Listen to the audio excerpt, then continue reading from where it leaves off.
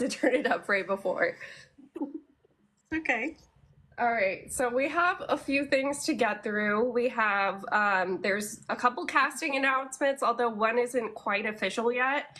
And we also have, we watched a little bit more of Epic for this one. So what should we start with? PG, like the Percy Jackson news or the Epic stuff? Let's do the Percy Jackson like show stuff first. Yeah. So the biggest one is we have a new Zeus. Um, and his name's Courtney Vance, right? And he very much seems like, I don't know, he gives similar vibes to Lance Reddick. I'm trying to be like cautious about how I say this because it's not like he looks the same, you know, but there's something about the way he holds himself that feels similar. He's very much the same sort of actor. Like Lance Reddick was somebody who was just kind of known, where like he wasn't known for like one specific role. He was known as like this really good actor that was in a lot of different things and always had this big presence. And Courtney Vance is the person we're talking about, and he's married to Angela Bassett. Like I saw people calling him Mr. Angela Bassett today, which I love that. But like when I saw him, I was like, I know you from so many things because I just recognize you from so many different stuff that I looked it up, and he's won like 5 Tony Awards. He's won like 4 Emmys, like every award possible he's won. And so that's kind of like the presence I feel like they're going for with Zeus. And I just always very much appreciate this show being this like tiny little microcosm that exists where like you don't have to worry that a show that gives you diversity is suddenly going to take it away the like moment that they could. Yeah. Because there is a character. No, there is a content creator on here. Justin, or like Freddie's roommate, is his thing. And for like the last, I don't even know how many months since the show aired, basically in the beginning of the year, he has been getting crap from people being like Thalia won't be black, and or Lance Reddick died, so they're going to recast somebody else who's not black as Zeus. And like I tagged him or I wrote in one of his videos today, like you should go look and see who they casted as Zeus again. And he like liked my comment and then made a video a little bit later. And I did that because I'm like, I want you to be happy. Yes. Like, I want people, especially right now who are black, to be able to look at a show and be happy that they continue to get that no matter what. They could have easily given it to somebody else. But they're obviously like, no, we want this sort of actor to be Zeus, and that's it. The end. Like the end. Yeah. Just deal. And that I'm laughing because that's continuing on with the other casting thing that isn't like officially official, but it basically is because the actress acknowledged it. Leah like reposted the post about her on like her Instagram story, but I forget her last name right now. Her first name her first name is Sage. I remember that much. And she's another actress that she's 23 and she's Canadian. She is a really good dancer and things like that, but from her Instagram, but they casted her as somebody and they haven't said like who it is. But they did say that it's a recurring role. And so my best guess was Allison, pretty much, because that's the age that the Allison character was supposed to be. It was like somewhere between the ages of like 18 to like 20 or something was the casting call for it, at least that one news source posted. And so that fits. Yeah.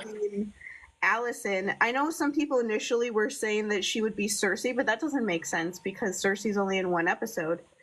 And Becky Riordan like literally just said no to somebody on Threads, and I was like, thank you for immediately stopping that before it got to a ridiculous place.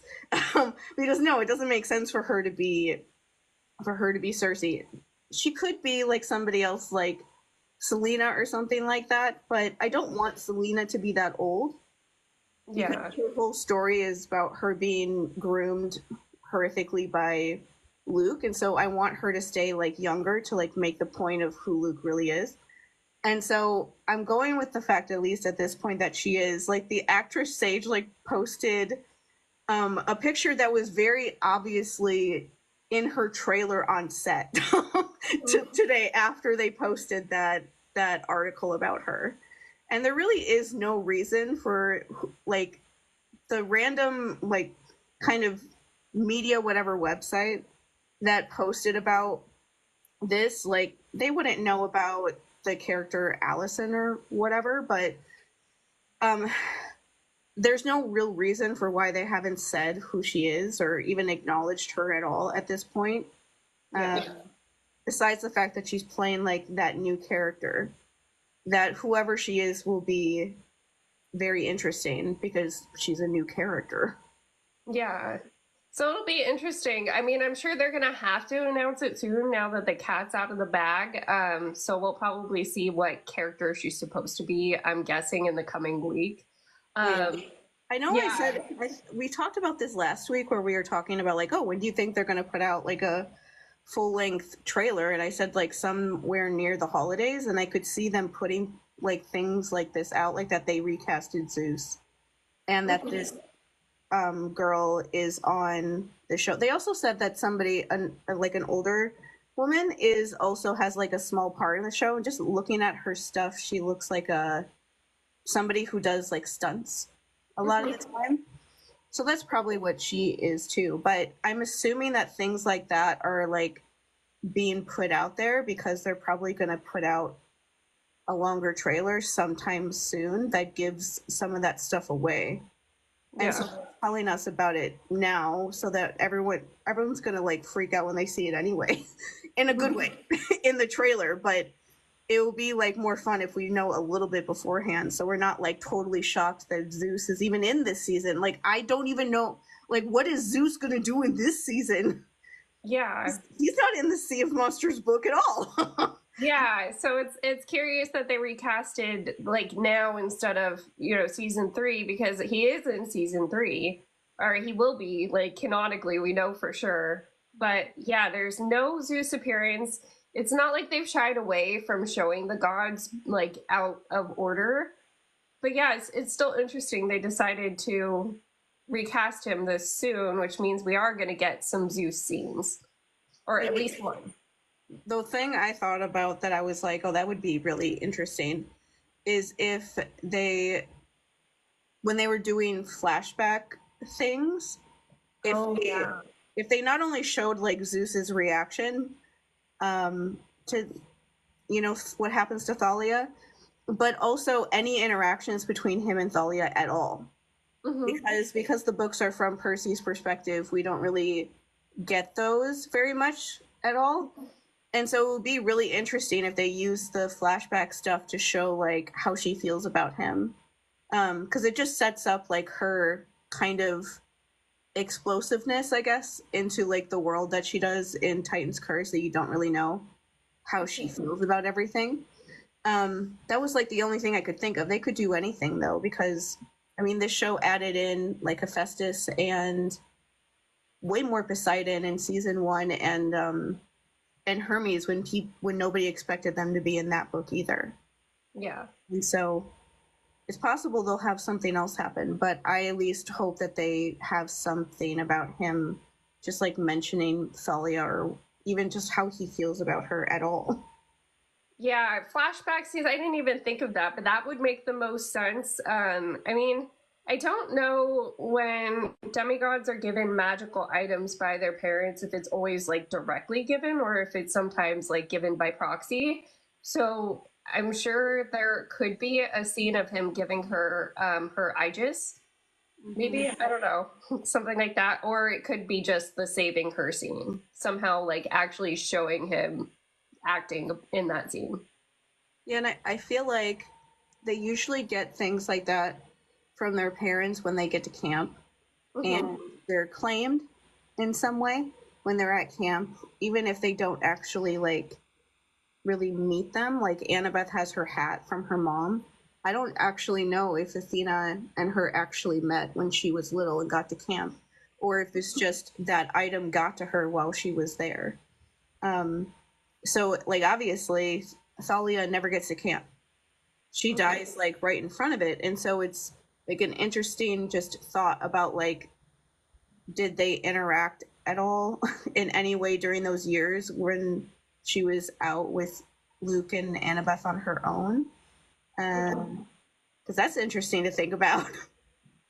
Yeah, like even if it's just interacting and she doesn't know it's Zeus, I could see that being a possibility. It makes me think of Lost and like Jacob, how he just kind of randomly appeared in people's lives. I could see the gods doing stuff like that.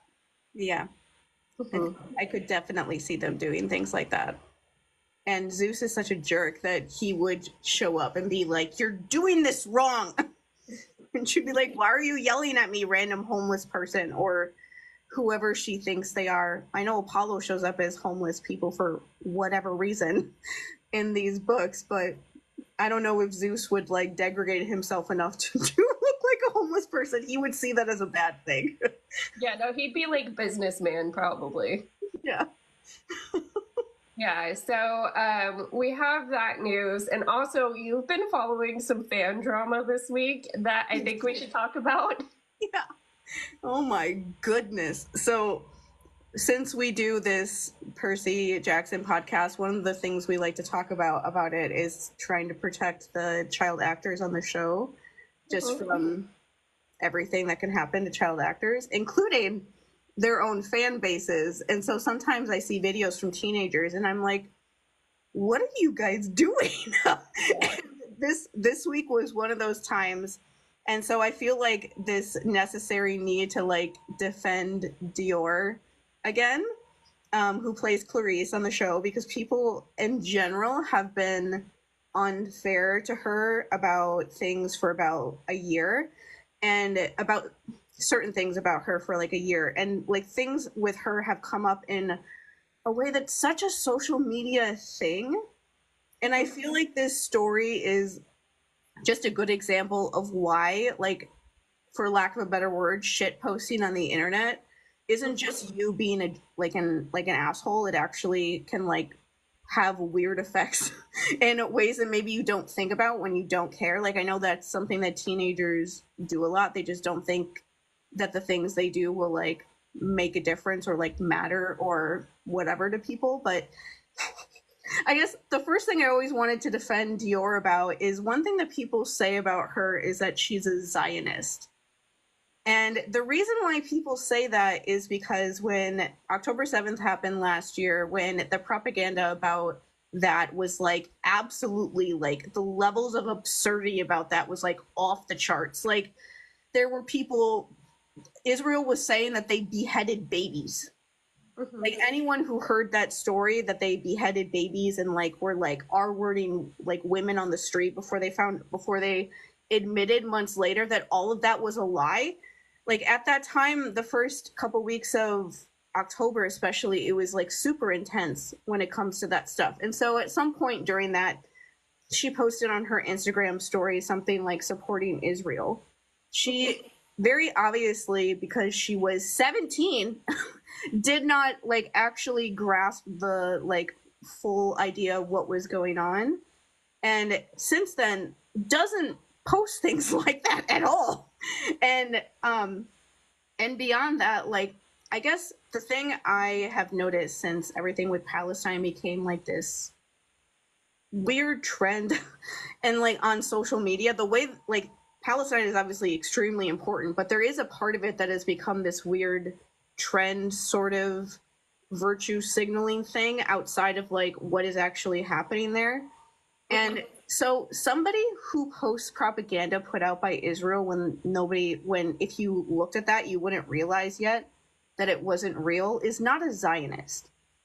As a Zionist is somebody who believes that Israel has a right to exist to the point that Palestinians do not.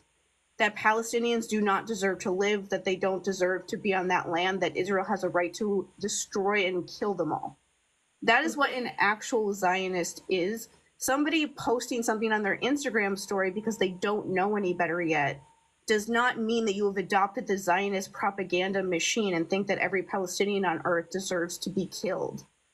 Yeah. And so calling Dior a Zionist feels very it feels like you're saying that about her because you just want to find something wrong about her, that you can be like, oh, I don't like her because I'm jealous that she's friends with all of these actors that I have crushes on. Mm-hmm. And so I'm going to call her a Zionist because that gives me excuse to be a bitch to her. Yeah. Because the other part of this story is that somebody who had like an account that I guess was like, she doesn't like Leah or something, like a anti-Leah sort of account. Mm-hmm. He very obviously baited Dior, where she used her song in a post, and then she posted the first picture was like Dior and Tamara, who plays Thalia. And, you know, Dior liked the post, like, no big deal. And then later on, she, like, the other pictures in it were, like, against Leah in some way.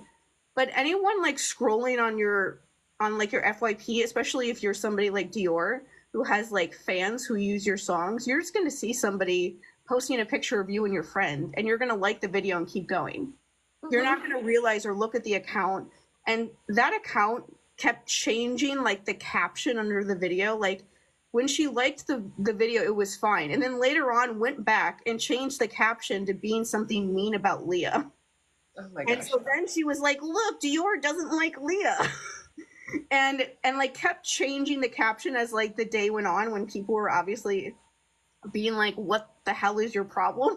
Like, why do you have like an entire account against like Leah, who plays Annabeth? That's really weird. And then she tried to be like, oh no, I actually don't like Dior, and I was trying to set her, and I was trying to show that she's a bad person by doing this. And I'm like, you baited her.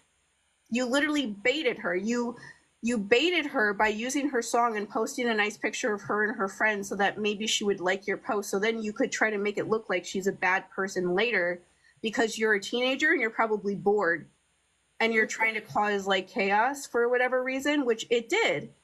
Because then after that happened, then I start seeing posts of people saying that like people are mad at like Walker and Tamara because they didn't defend Leah. And I'm like, this is like the parasocialness that we talk about with these actors a lot. You don't know who they are based on what they do on social media. You have no idea who you are. They could hate each other, and you will never, ever, ever know. Like, they could literally despise each other. I don't think any of them do, but they could, and you would never know. You know why? Because they're actors. It's literally their job to act. They can act like they like somebody that they don't. You'll never be able to figure it out by like micromanaging the things that they do on the internet. You can't bait them into posts to prove that they don't like an actress that you don't want to like, or that you don't want to like them. It will never ever work. And it's just the ridiculousness of, they made this post about Dior to try to do whatever they were doing there. And then all of a sudden it became into this other big thing where people are like thinking that these other actors on the show are like not good people because they haven't defended Leah over something that didn't even happen. Like, people are upset about something that did not happen. Like, she liked a post that she saw from somebody she thought was a fan of hers. And so you're like, people are getting all riled up thinking that Dior is a bad person, or that Walker and Tamara are bad people because they haven't like stood up for Leah and stuff. And it's like, even if they did do that, that stuff would never happen on social media, because social media isn't real. This stuff is not real. You have a parasocial relationship with these actors. You don't actually know who they are. And no matter what you do and like hyperfixate on these things, you will never know that about them. Unless you somehow in your life become friends with them, but you probably won't, because you are so much of a fan of them that you're making up literal fan fiction stories about their friendship and who you think is friends and who is not, based on if they like a post or not on social media. It's so stupid. And we've seen like how this actually happens. Well, you don't find out that castmates didn't like each other until like at least a decade after the show is over, and it'll randomly either come up in an interview or maybe like a tell-all book. And it's also like a thing of like, is it really worth it to bring this stuff up and have people's opinions like to look at the other actors on the show differently based on things that you think is happening. It's one of those things of you can never like fully disprove it because they're never ever going to acknowledge something like that. Like it would be like ridiculous. And honestly, truly, if one of them acknowledged this girl's post, people would then start saying that they shouldn't acknowledge it because they have a much bigger platform than her. And so, like, no matter what they did, there would be no way of them being able to get out of that situation without people being upset with them about something. And so it's better and safer for them to say nothing. And generally, honestly, Dior probably has no idea that this has even happened and probably doesn't even care. And if she does know, it's like she probably doesn't even know what they're even talking about. Like she was out to eat with her friends, the friends that all of you are saying aren't her real friends, and was just like liking posts when she was posting her own TikToks, and somebody like made it into a whole big mess. Like, I guess you can spend your time like making literally like making up personalities for these different actors, but I feel like you're almost like ruining the fun when you do that kind of stuff. Because it's like you're like reading into things so much that you're like letting yourself change the opinion you have on them based on things that never actually happened. Yeah, and like let's say you actually successfully stir up drama among the castmates. These people have to work together. Like they're going to be stuck working together at least for another few months, hopefully for another few years if we get a bunch of seasons. Like why mess that up? You know, Clarice is a reoccurring character not just in this season, although she does have a more diminished role in like Titan's Curse as we saw in our recent reread, but like she pops up in a lot of the books still. Yeah, and it's also a thing of because of how the internet is, if somebody says something on the internet, even if it's not true and it's been like proven to not be true, people will bring it up like forever. Like you cannot stop people from like spreading rumors, even if it's been debunked a million times. There's nothing you can actually do to control that. And considering that these kids are young, like Dior just turned 18 a couple months ago, like this past summer. They're very young, like being like trying to do this as a career. And the things that people think about you, like your reputation and things like that, does affect how many jobs you get in Hollywood or music or whatever she wants to do, or any of the other cast for that matter, want to do going forward. And if there's all these weird rumors about them on the internet, about them like backstabbing their co-stars and things like that, that will, if it's around long enough, it like becomes like a big problem. It can actually like affect things. And so it's like, I don't know. It's just like that stuff does have an effect on people if you talk about it enough. Like I can't think of a good example right now, but there's just so many people, like actors or musicians or whatever, that have had rumors about them that aren't true, that just like circulate forever. And it's like, I don't want a teenager on the internet to start a rumor about someone because they're bored that still affects them when they're like 25. Yeah. and how it goes, that's just how the internet is. It could. And so like, what if you stop this now? Maybe, yeah. With all that Dior does, because she does, like as you said, music, she does acting, and she's a big part in this season, so this could be a very big opportunity for her. She's not going to mess it up over something stupid. Realistically, she was probably going through her mentions and was like, oh, look, here's a mention. I'm going to go see. It looks vaguely positive. Didn't scroll through the rest of the post and was like, yeah, like, okay, move on. And probably was doing that to a bunch of people's posts. Shit like this is going to make her not want to interact with fans on social media anymore, though. Yeah, that's always the point that I make, because we talk about like the weird stuff that happens with Walker so far, of like his like personal phone number being leaked and doxed, and his people showing up at his house in his like hometown and things like that. But so like he's barely on the internet at all. He's basically not. in any way. He only does it when he contractually has to, essentially. Or if he's just like every once in a while he'll post something from like a friend or one of his siblings where he's just letting like the internet see a teeny tiny bit of who he actually is, because they have done so much to make that an impossible experience. Like, do you want that to be like that with everybody else? Because right now, like, Dior likes to post TikToks and post videos to like share. Like when they announced that Thalia or Tamara was cast, Dior immediately posted a bunch of like photos and videos of them, like when she was like her first day on set, when they were all really excited about her being there. And she's the one that posts most of the videos and pictures of the other cast members that people end up seeing when they're filming. And it's like, if you start micromanaging all of her friendships with these people that she's actually friends with in her real life, like she actually knows these people and they're actually good friends with her and everything, she's not going to post that stuff publicly anymore. She's going to post it wherever they post stuff privately, where the rest of us can't see it. And that would suck, to like miss out on seeing their personalities little bits at a time when they're not having to like act like, you know, Disney role models and like those moments.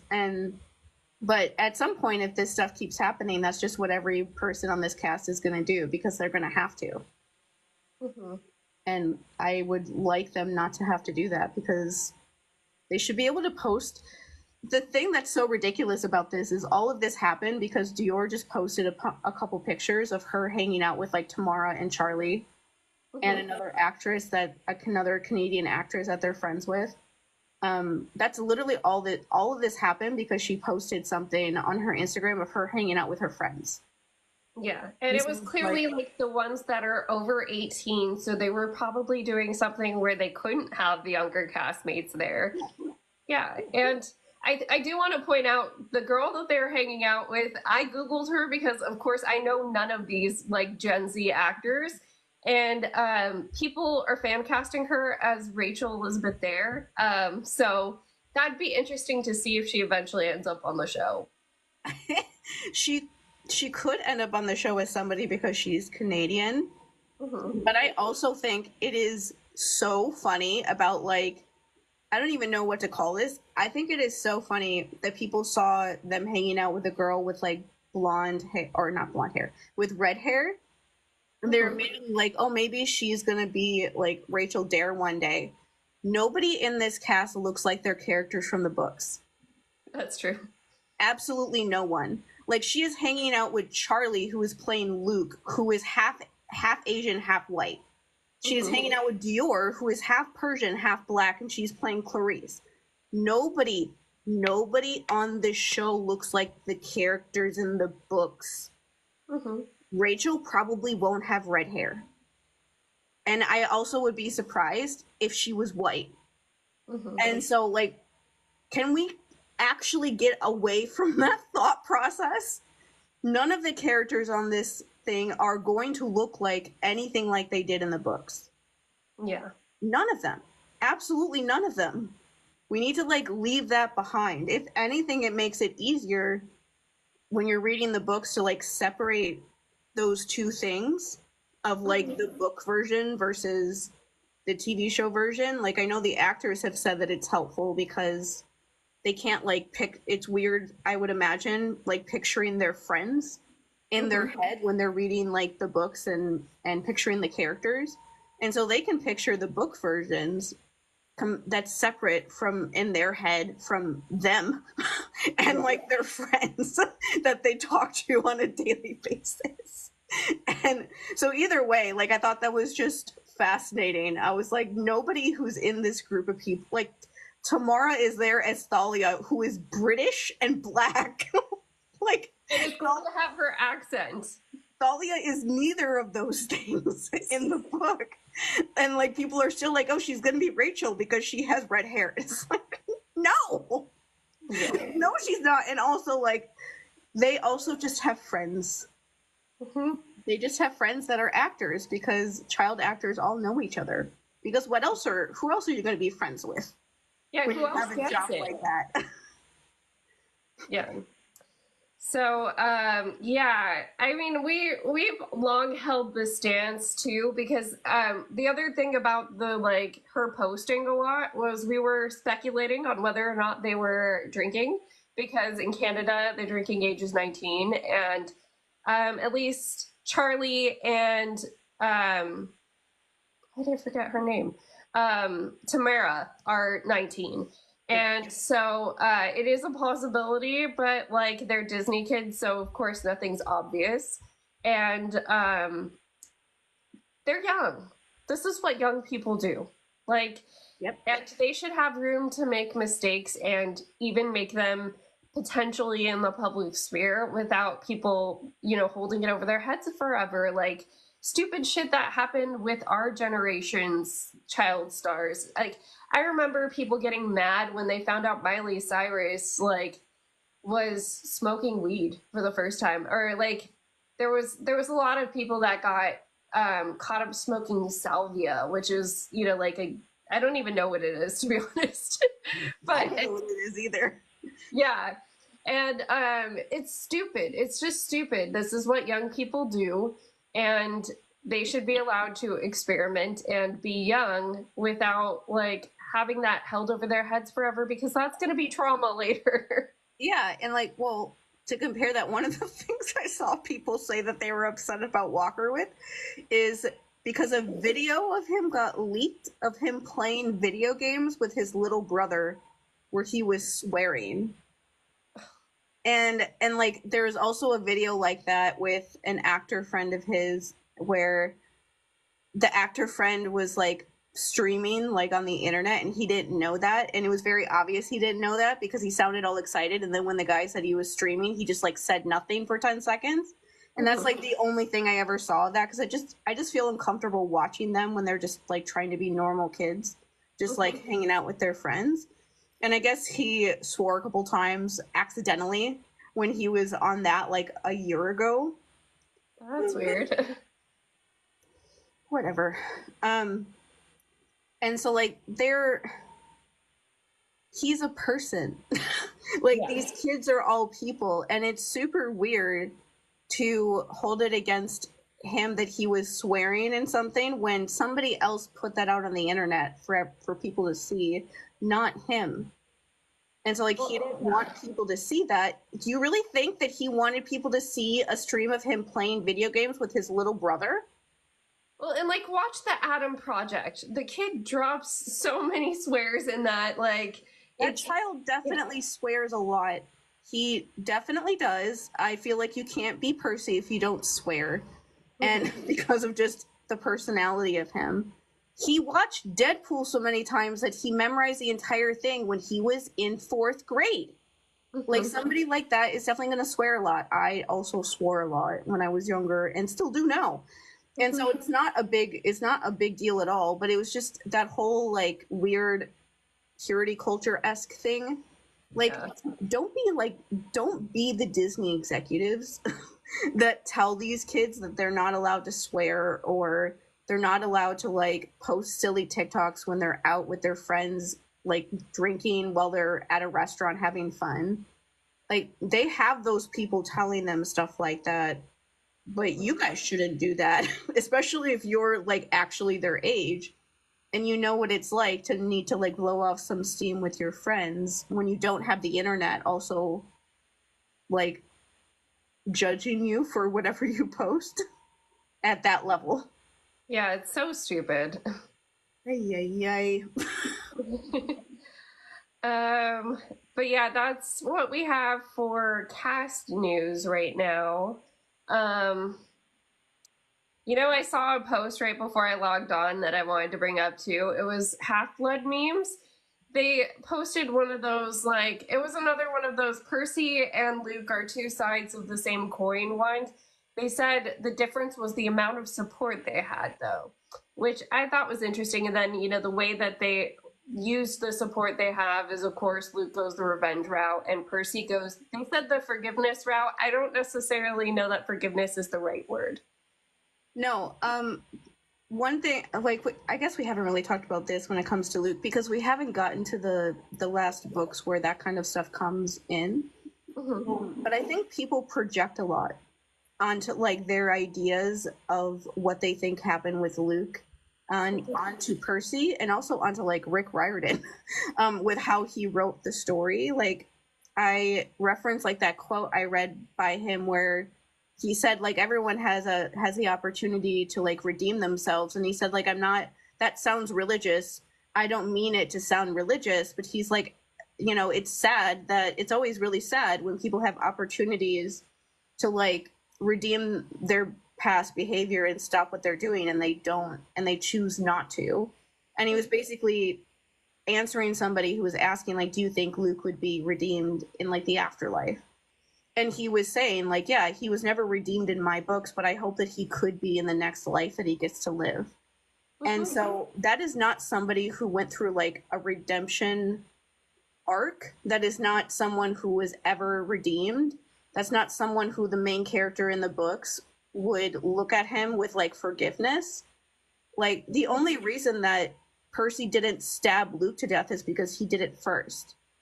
And like thankfully he did it to himself so that he didn't force Percy to do that. But Percy thought he was going to have to do that and would have done that if Luke didn't take himself out.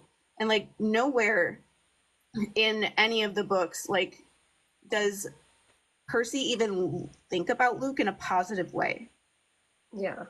Past like after the scorpion scene, it's over. Like there's no scenes like that with him. And so like people I think want there to be, like they want Luke to be a good guy that just got lost along the way. And they want to believe that like, oh, Percy and Annabeth forgave him at the end. And it's like, no, that never actually really happened. He just realized that he lost and killed himself. So that Kronos would die. That's it. Like he didn't actually, there wasn't that stuff happening. And I think it's one of those weird things like to shit on J.K. Rowling, which I can never do enough. It's like the whole thing with Snape. Yes. Where like with the whole, did you always love me? Yes, I always loved you, even when I was calling you a racial slur. And so like people read that in the last book and they like took their opinion of Snape and like retroactively tried to make everything that he did in the past okay or better, or made him like not that bad. And even though that absolutely makes less than zero sense when you're actually reading those books, like I read that and I was like, you're still a horrible fucking person who horribly bullied a child because his dad looks like his dad.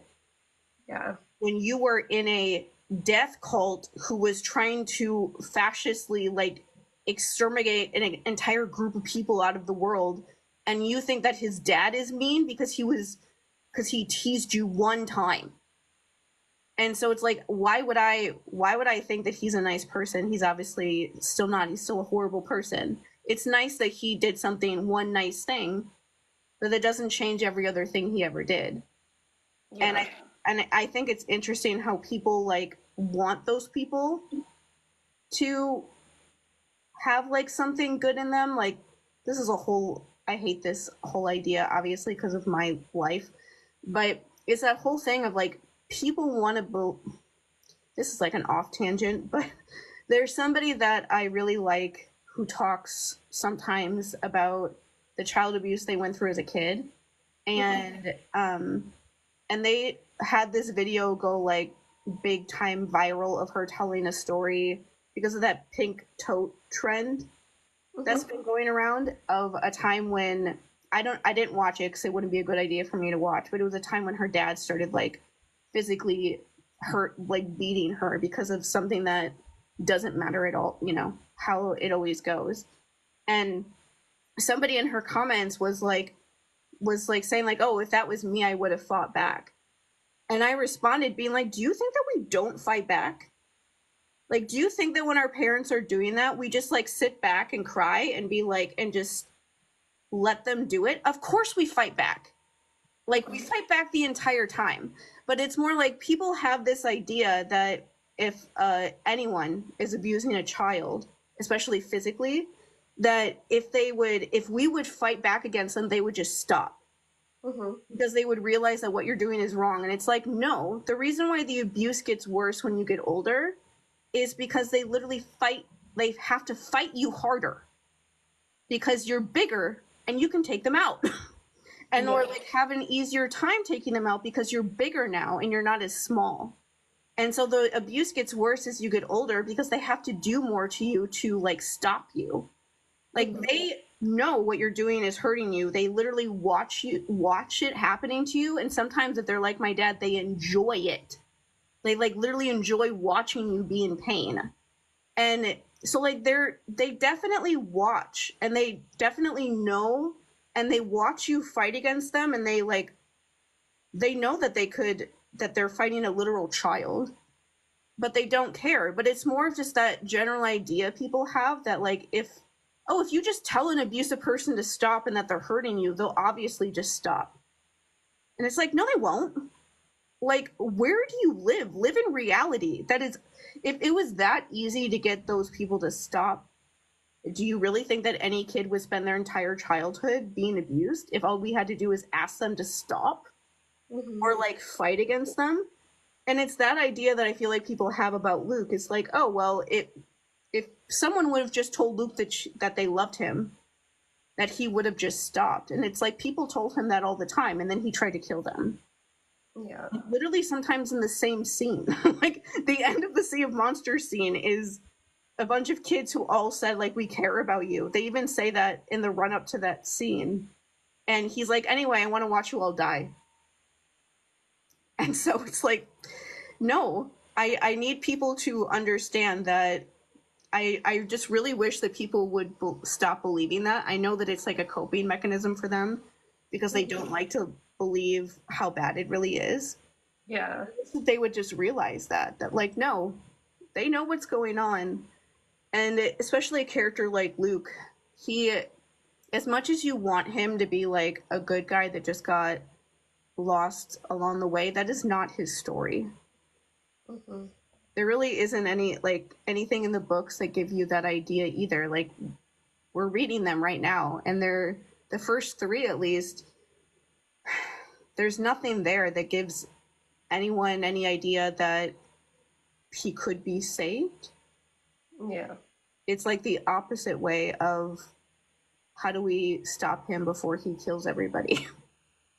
Yeah, it's hard to imagine Percy ever getting that lost because he has his mom and because like that has been such a big influence on his life thus far. Yeah. And I will say that this is one of those things that people don't like to admit either, is the same kind of idea, I guess. But people, I think, want to believe that you can be that bad of a person very easily, and that's not true. There are many times in people's lives where you do things and you see that you're hurting somebody. And most people, when they see that, no matter how mad they are at that person or how wrapped up in their own stuff they are, they stop. Because they realize, I don't want to do this to this person. I feel really bad. And no matter how bad I think this person is, I don't want to treat somebody this way.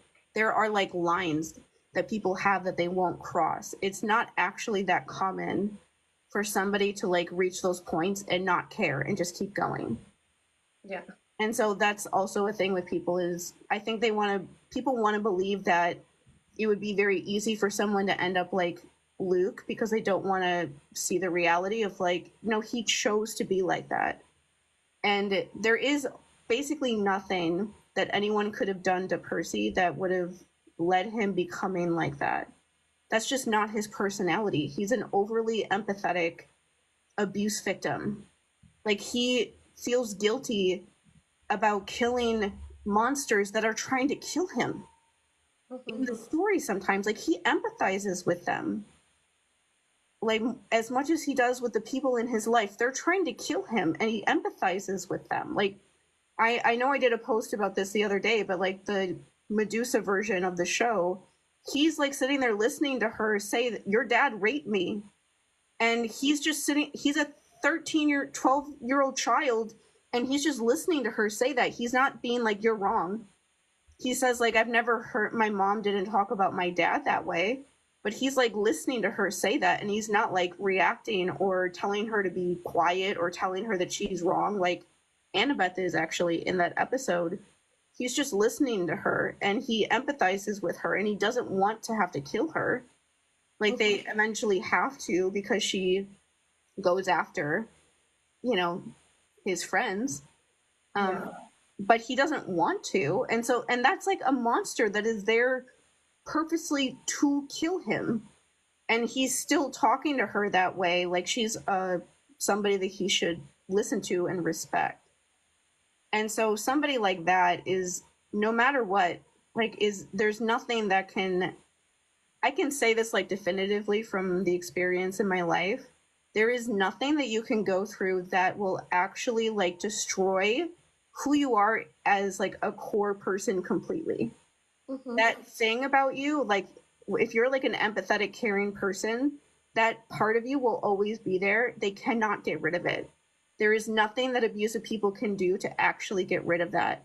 They try really hard, but they can't, and that makes them angry, really angry a lot of the time that they can't. But no matter what, they can't actually take that out of you. That is always there. And so like Percy was never going to be somebody like that. And honestly, most of the kids in this world wouldn't be willing to do things like that, because a lot of them didn't like what Luke was asking them to do, and they didn't want to do it. And like that's a big part of the last two books, of people like that coming to Percy and talking to him about stuff, and them saying like, I don't like doing this stuff, but I feel like I don't have a choice, or being manipulated, and acknowledging that Luke manipulated him. Like, no, I don't think anyone else in this whole like universe would have done the things that he did, because he just had the right kind of personality to end up doing what he did. The other kids just like, I don't think they could have done it. Yeah.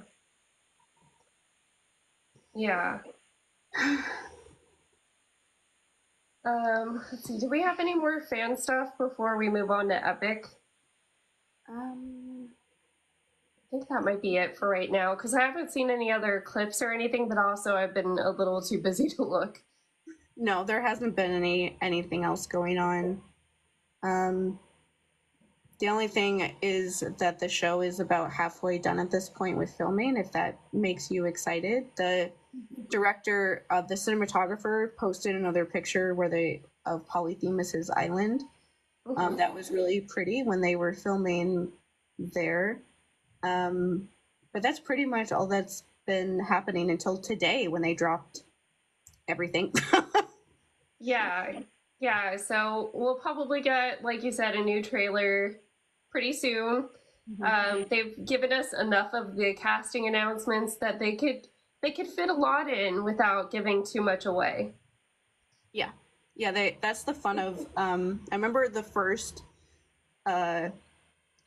trailer with Walker doing like the voiceover from the books.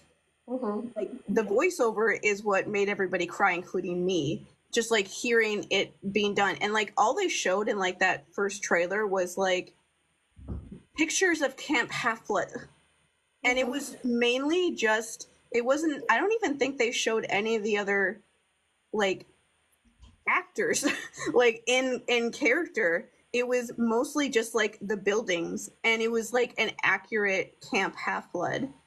And that made people cry because of how bad the movies were. And we were like, oh my God, thank you, Jesus. That like something is actually accurate. And they showed him as Percy like walking through the camp and getting to like Poseidon's cabin, and that's like where it cut off. And so like, because these books are this is obviously something being adapted from a book where everybody knows what happened in the book, they can give like the tiniest little things, and that will be enough for all of us to be like trying to figure out what scenes those are from, or what things they have changed in the TV show version, to keep everybody entertained for a while. Yeah, we did it with like literally 2 seconds of a Disney Plus promo that included other things last week. So Yep. But moving on to Epic, we did watch 4 more of the animations, and what we watched covered basically the whole Aeolus arc, which, like, immediately after they leave Polyphemus's island. So I kind of wanted to start with some Odyssey stuff. I don't like to do the whole, like, oh, they're not accurate to it. I'm not doing it for that purpose, but more to be like, I can understand why these changes were made. But I feel like something that they could have still kept in with how they did this version is exactly what Polyphemus's prayer to Poseidon was after Odysseus leaves.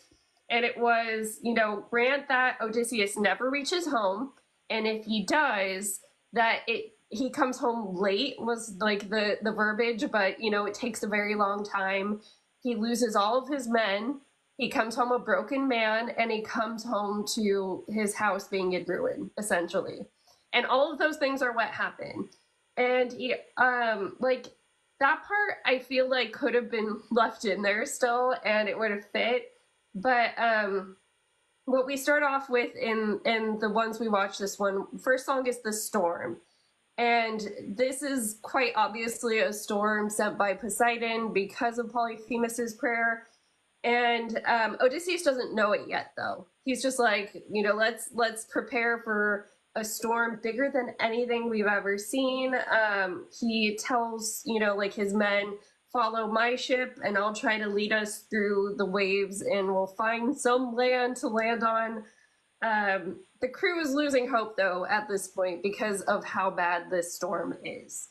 And at the end of the song, they spot a floating island, which is Aeolia, the island that Aeolus, the god of winds, which they changed to a female. And I don't have a problem with that because the voice was very beautiful.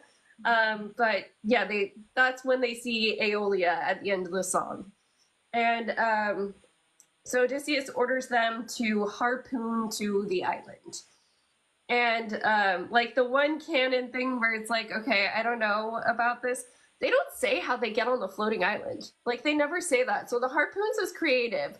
But the description of Aeolia does include that it's surrounded by rolls of bronze. So I don't know where they would harpoon to. It didn't have it, obviously, in the animation. And this is a change from the original. But yeah, it's just interesting that it's a floating island and they never quite say how they got there. And I don't know that floating necessarily means the sky here. I'd probably have to look at the original Greek word that they used. And even then, that might not give me an indication. I don't know. And, well, was it in the first song when the one guy on the ship is, like, questioning him? That's the next song. So yeah, luck runs out, and we could jump right into it because this is still before he goes on the island. Okay. I just thought that was really interesting to show him manipulating him, because that's all that was, and how he's like saying it in a way of like, I'm being a nice guy. Like, I'm being a good person. I don't want you to question me because then like all these other things could happen. I just need you all to support me like unconditionally and never question me and any of my decisions because things are going badly right now, and I can't do that. It reminded me very much of like the corporate bosses that I have right now at my horrible new job, where they like say horrible things to you, but they say it in like a nice voice, and you're just sitting there like looking at them like, what did you just say to me? It felt very similar to that, and I was like, oh, that's really interesting that they show Odysseus doing that, like showing him being like, you need to stop questioning me because I don't know what else to do. And kind of him being like a good person, but also that like cunningness that Athena liked at first coming out in a way that's like not fair, because it's like these people on this ship don't want to die either, and you're basically telling them that they're not allowed to like have normal feelings. And like those sort of things always get worse, like if you don't let people just talk about it. And so it was just like really interesting to see like him being like the nice person that whole song, and then at the very end When the guy thinks that he's going to come and talk to him and talk out what his issues are so they can resolve them, instead he's like, never question me. Yeah, so I believe the person who is supposed to be is Eurylochus, which is Eurylochus. I think I'm saying the emphasis wrong. Eurylochus, who is his second in command, which like that's what it says in the back of my copy of the Odyssey. So yeah, he's very much, saying, what if your luck's about to run out? And when Odysseus is like, okay, but the floating island, we know what that place is supposed to be, so let's just go and ask for help. And Eurylochus is like, okay, but don't forget how dangerous the gods are. And we just had this whole conflict with Athena, so 100% don't forget how dangerous the gods are. You just had a fight with one. That's that's a very valid point to be making. Like, our whole way home got messed up because of you getting in this fight with Athena. The whole reason why we're here is because of Athena like sending you here. And now you get away from Athena and now you're immediately just getting involved with another one of them. Like, this doesn't sound like a good idea. Yeah. Let's see. So, and Odysseus's speech in this, I tried to fact check this, but I don't think there's actual numbers. Part of what Odysseus says to try to say, just trust me, is that he took 600 men to war and not one of them died. I don't think that that's necessarily true. I couldn't find an actual count of how many people died in Troy, but I sincerely doubt that nobody from the Ithaca team that came to Troy died. And yeah, at this point, because they've already been to the Lotus Eaters, I want to say that some men got left behind on the Isle of the Lotus Eaters. Polyphemus ate at least 6 of them. And I want to say they ran into one more encounter where they lost people already too. But that's just kind of forgotten here. I have lost men. My logic doesn't always get everybody out of tight spaces, but at least it gets me out of tight spaces, is kind of the Odysseus vibe. Yeah. I think it's really interesting considering the Cyclops saga that we listened to last week, where he was really sad and really emotional about how Polyphemus killed some of his men, and he was like, I need to never forget any of you and make sure that I respect you and your memory forever, and because of how you were killed, because of decisions I made. And I was listening to this being like, is this some weird thing where he feels like he needs to prove that he's big and strong and tough because Athena isn't around anymore, and Athena got mad at him and was like, bye, you can handle everything on your own now, or what? Because it feels very because it's not at all how he was literally the last time. He wasn't like that, and now this time he's like, no one's ever died under my name, so you shouldn't question me. And it's like, what about those people that died a couple of days ago? Yeah. Well, I don't get that. I don't know. For some reason, I get the sense that at least this version of Odysseus is, while he is cunning, he's also naive.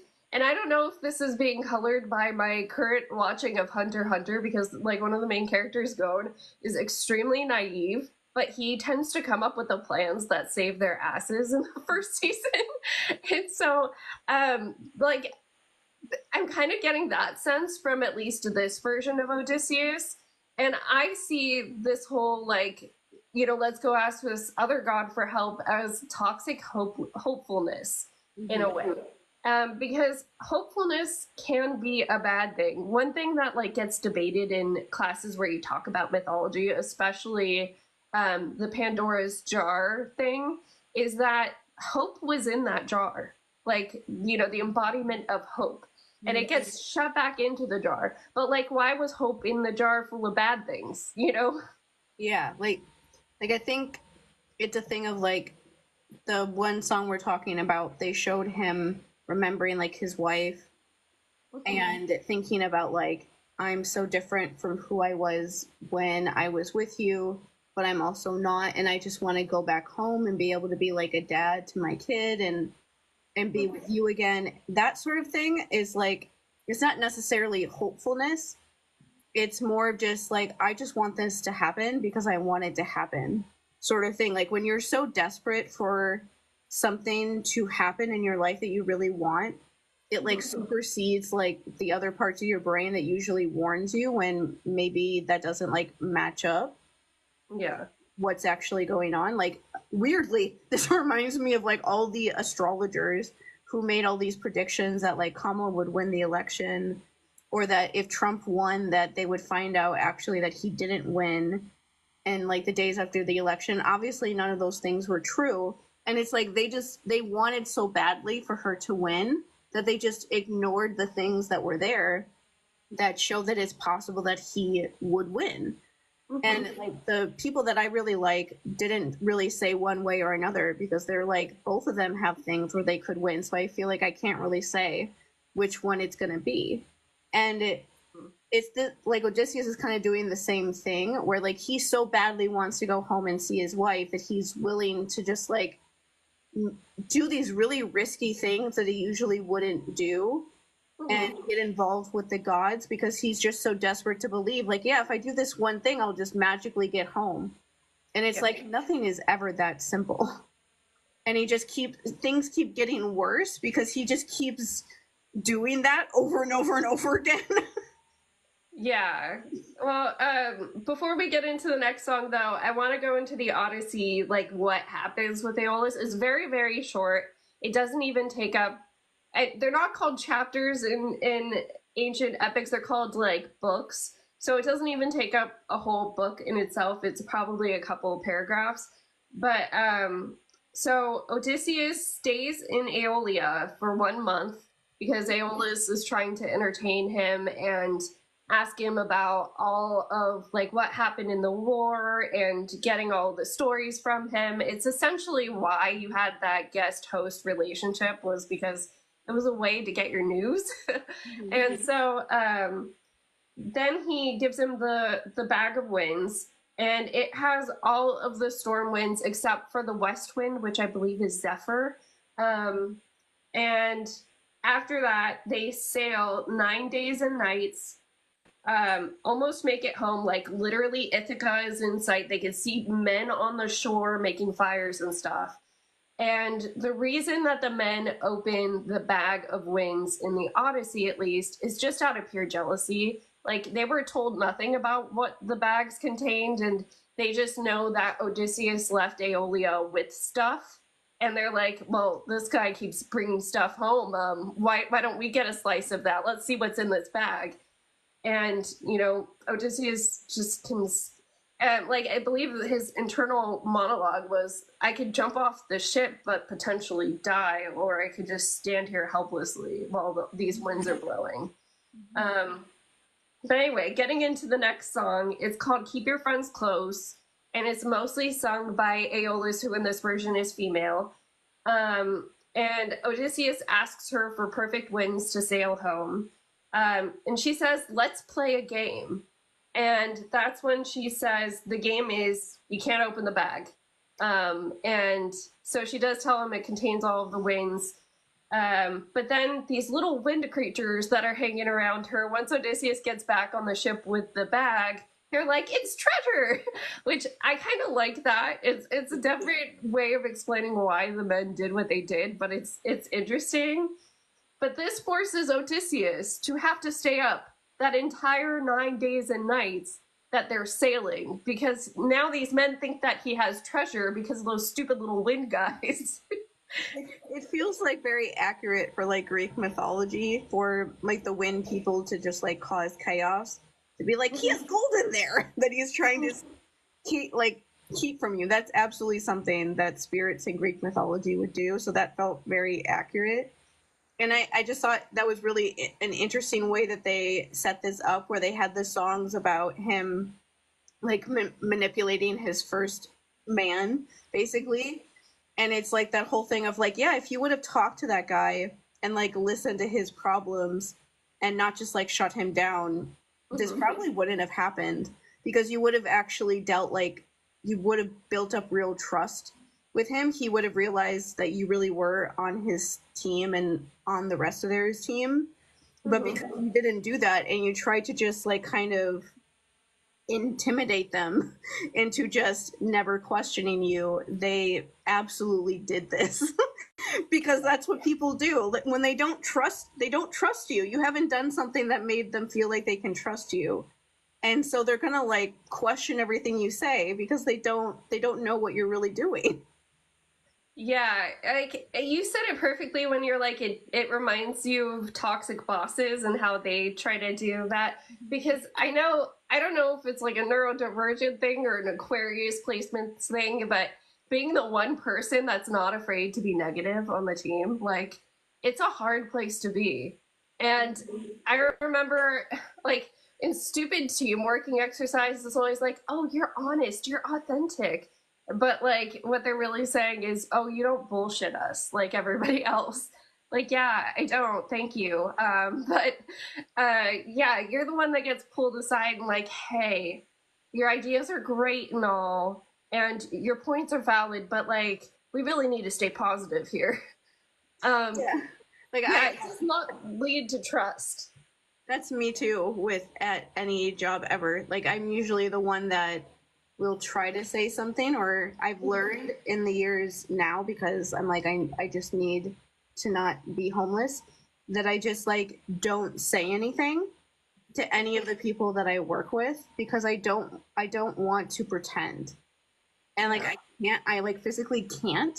And so like when I know that the jobs that I have don't treat me well, and the people that are our managers and stuff don't actually care about us like that, like they're always your boss, no matter how nice they are to you, they're always your boss.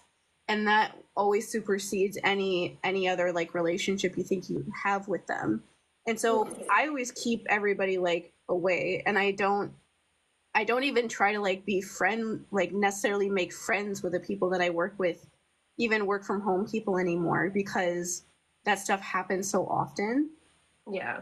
I don't want to be the person that like makes everyone else feel bad or whatever, but I just know that's how these sort of things go. Like the job that fired me last year, I was remembering how there was a lot of people in my department that were doing all of this extra work. Like they were basically being managers, but they were not like managers at all. They were not like, they didn't have that position. They weren't being paid for it.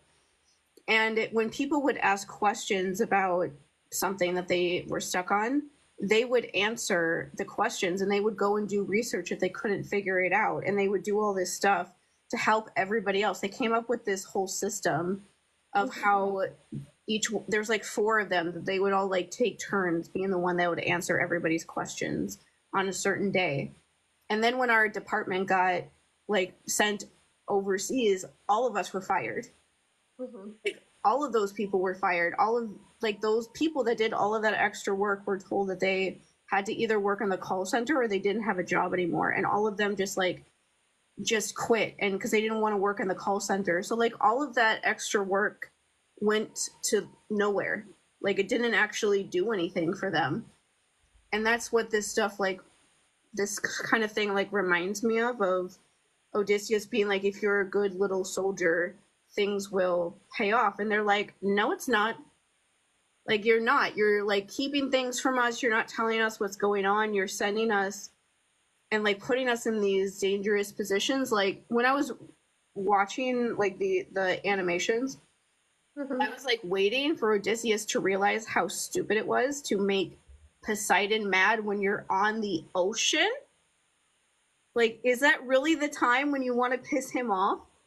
Is when you're literally on a boat in the middle of the ocean and you have nowhere else to go but the ocean. And this is the time when you're going to kill mess up one of his kids and steal his food and then leave him as destitute with nothing, and then leave and think that he's just gonna like let you do that. Like, where is your brain? Like, of course he's not gonna let you do that. But it's just one of those things of course they would be looking at him like, you keep getting us involved in all of these things because you're so desperate to see your wife again. And it's like, well, what about me? Yeah. And my life, I don't want to go through that anymore. Yeah, hold on. My phone's not charging. There we go. Okay.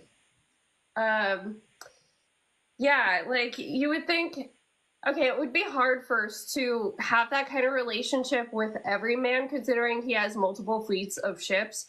But like, I do think at least with your why do I always want to say Eurylochus, he should, you know, be more willing to like, because that's his first in command. That's the person you really want on your side and want to like listen to you and who you need to be your brain essentially when you can't captain anymore, because being a full-time captain on the seas has to be hard, you know. I mean, how many times in like Star Trek does like Card, you know, leave Riker in charge and stuff? So there's just like a lot involved with being constantly at sea, I'm sure, where you need your top crew members to understand where you're coming from and have that level of trust with you. Yeah, and one thing we can say too from our time working for corporate jobs or just jobs at all is that people will fall in line. If there's like one of you that's at the same level as you and they feel like they can really trust that their boss or whoever it is who's in charge, everyone else would just go along with it. Yeah. So like it really honestly wouldn't have taken that much for him to get all of his men to be behind him, but he was getting too wrapped up in thinking about like him, like, I want to see my baby, I want to see my wife, and it's like, yes you do, but also all these other people on the ship have things like that in their life too. And if you get too focused on like what you're missing when you're a leader, you start making mistakes like this. Exactly. Yeah, so we have Odysseus, because he doesn't have this level of trust, having to stay up the entire 9 days and nights that they are sailing to Ithaca. And once it's in the line of sight, he falls asleep. And we see this dream sequence with Penelope and Telemachus and him dreaming of going home and being the husband and the father he didn't get a chance to be. But then, like, Dream Penelope wakes him up and is like, you need to wake up, they're opening the bag. And so the bag, as it's blowing them away, Aeolus lets them know it's going to blow them to the land of the giants, which I think is the Lystrogonians, which they're referring to. And Odysseus ends up closing the last of the winds in this version. Like, he closes up a little bit of the winds somehow. And the very last thing we see at the end of this animation is a trident, which brings us into Ruthlessness, which I loved this song. This is my current favorite, by the way. So I love some of the imagery, like the horses being like literal waves and stuff. This is where we get the reveal that Polyphemus is Poseidon's son, which Odysseus, I believe, did know. I would say the first time it's mentioned is right after he blinds Polyphemus and the whole nobody sequence. The other Cyclopes, as he's like screaming for help, are like, well, if nobody's hurting you, why don't you pray to your dad, Poseidon? You know? So, and I think Polyphemus even says his curses out loud to Odysseus at one point and says, like, I'm going to tell my dad on you, essentially. So Odysseus did know the entire time. But we have a difference in motivation between the book and the musical, in that this Odysseus did what he did seemingly out of mercy. He didn't kill Polyphemus out of mercy and out of a rebellion because he was tired of the gods ordering him around and him having to deal with the emotional fallout that came with that. The chorus is ruthlessness is mercy upon ourselves. The point being that he should have taken out Polyphemus. That would have been the more merciful thing to do himself, because look at all this trouble that's been caused because he couldn't just finish the job. And I loved some of the lyrics in it. Like, I wrote down some of the lyrics because I thought it was that good. So Poseidon tells him, you're the worst kind of good because you're not even great. He specifically calls out false righteousness and says that he fights to save lives but won't kill, and he won't get the job done. And that is a reoccurring trope with heroes that I just love. So I wanted to talk about that a bit in the book and the musical, in that this Odysseus did what he did seemingly out of mercy. He didn't kill Polyphemus out of mercy and out of a rebellion because he was tired of the gods ordering him around and him having to deal with the emotional fallout that came with that.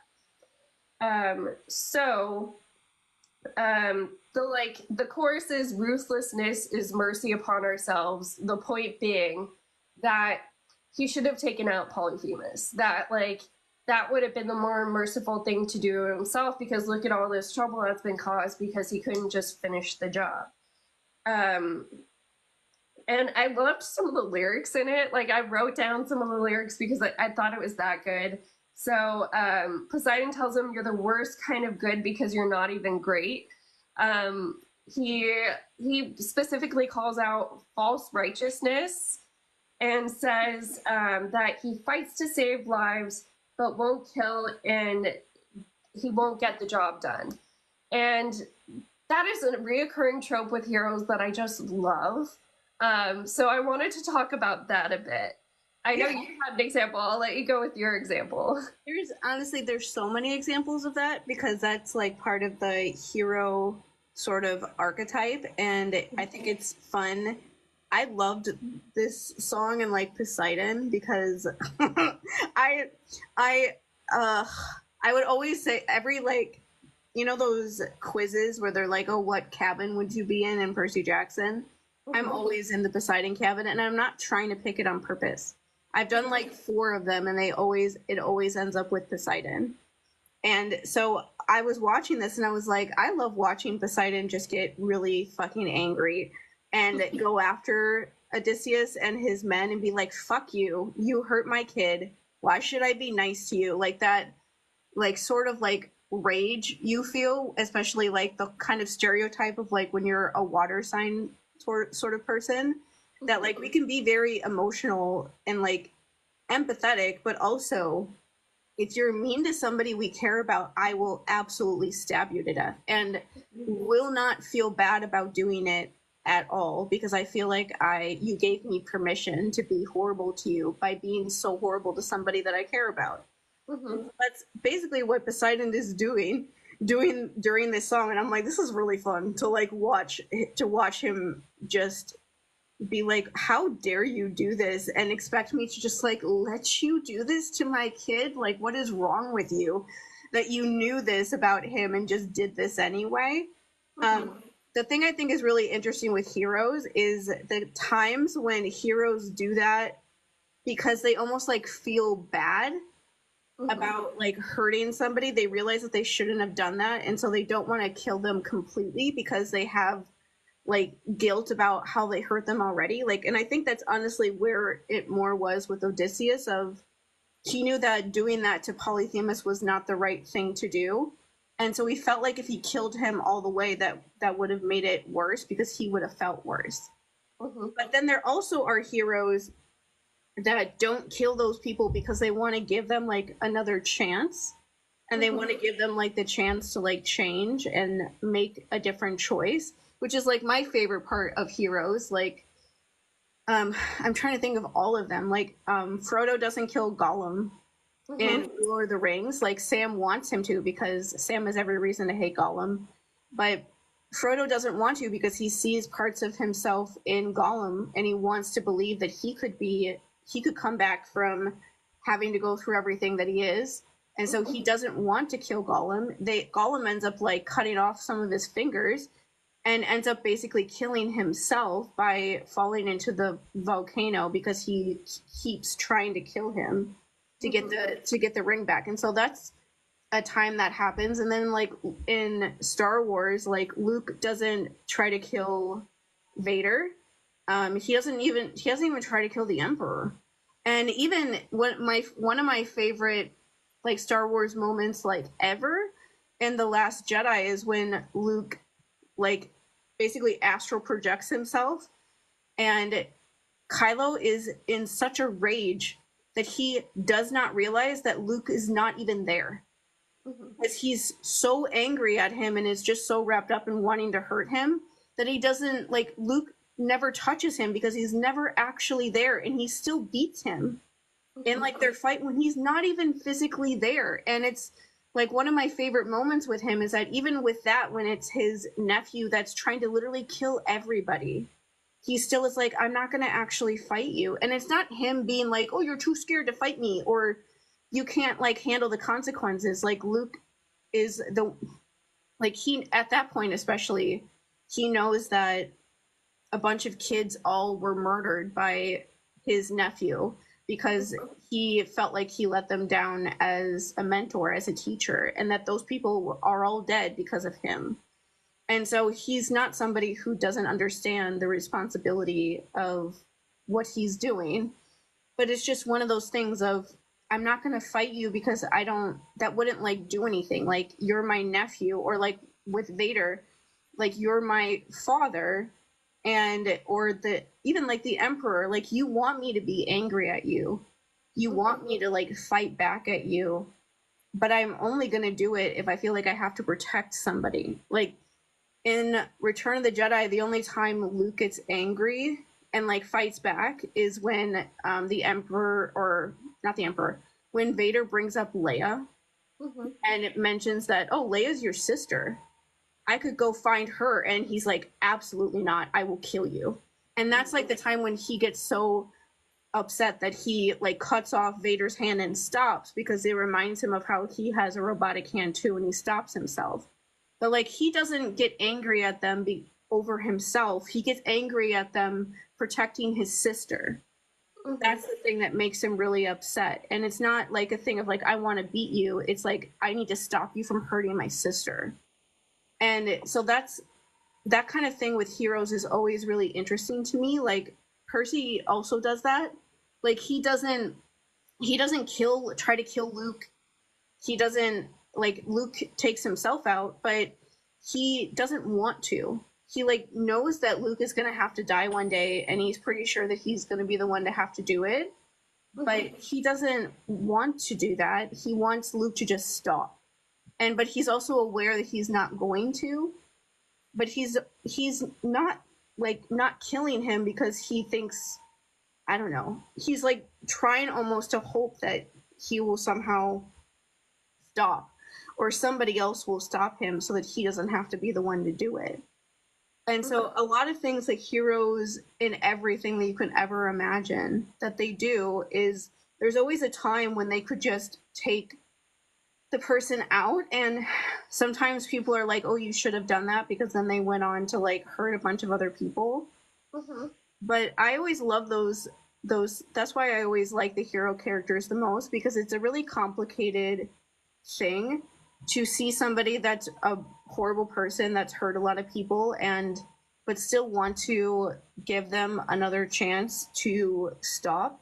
Even if you think that it's unlikely that they will, you give them like every possible opportunity to do that anyway, and until you have no other choice, because that's just, I think that's always the right thing to do with people. And like, granted, you know, I had my dad growing up, and that's very much what I was like with him. Was I wanted to believe that at some point he would like wake up or stop or whatever, and eventually his brain broke and he got dementia, and that I guess happened. But like, that was part of, that's something that I always like am very, that's one of those things that I just have a lot of like strong opinions on. Is like I don't like that we have the death penalty in the same sort of way. Like, I don't think that anyone who does any crime should be, even the worst, I don't think that anyone, even the absolute worst, should be like thrown into prison for the rest of their life and never have a chance to ever get out. Or at least have like some sort of chance to like actually rehabilitate. Like, some people don't want to rehabilitate, and those people can go somewhere else but a horrible prison and live out the rest of their life there.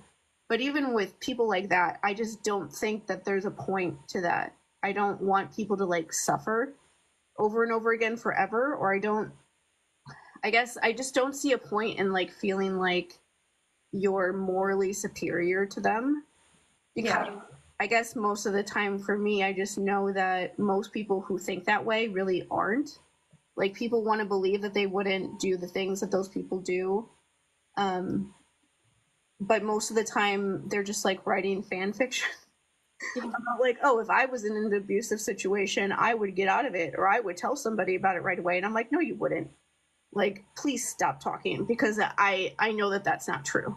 And that's just something that people kind of, I think they say to themselves to like make themselves feel safer or something, to imagine that they wouldn't.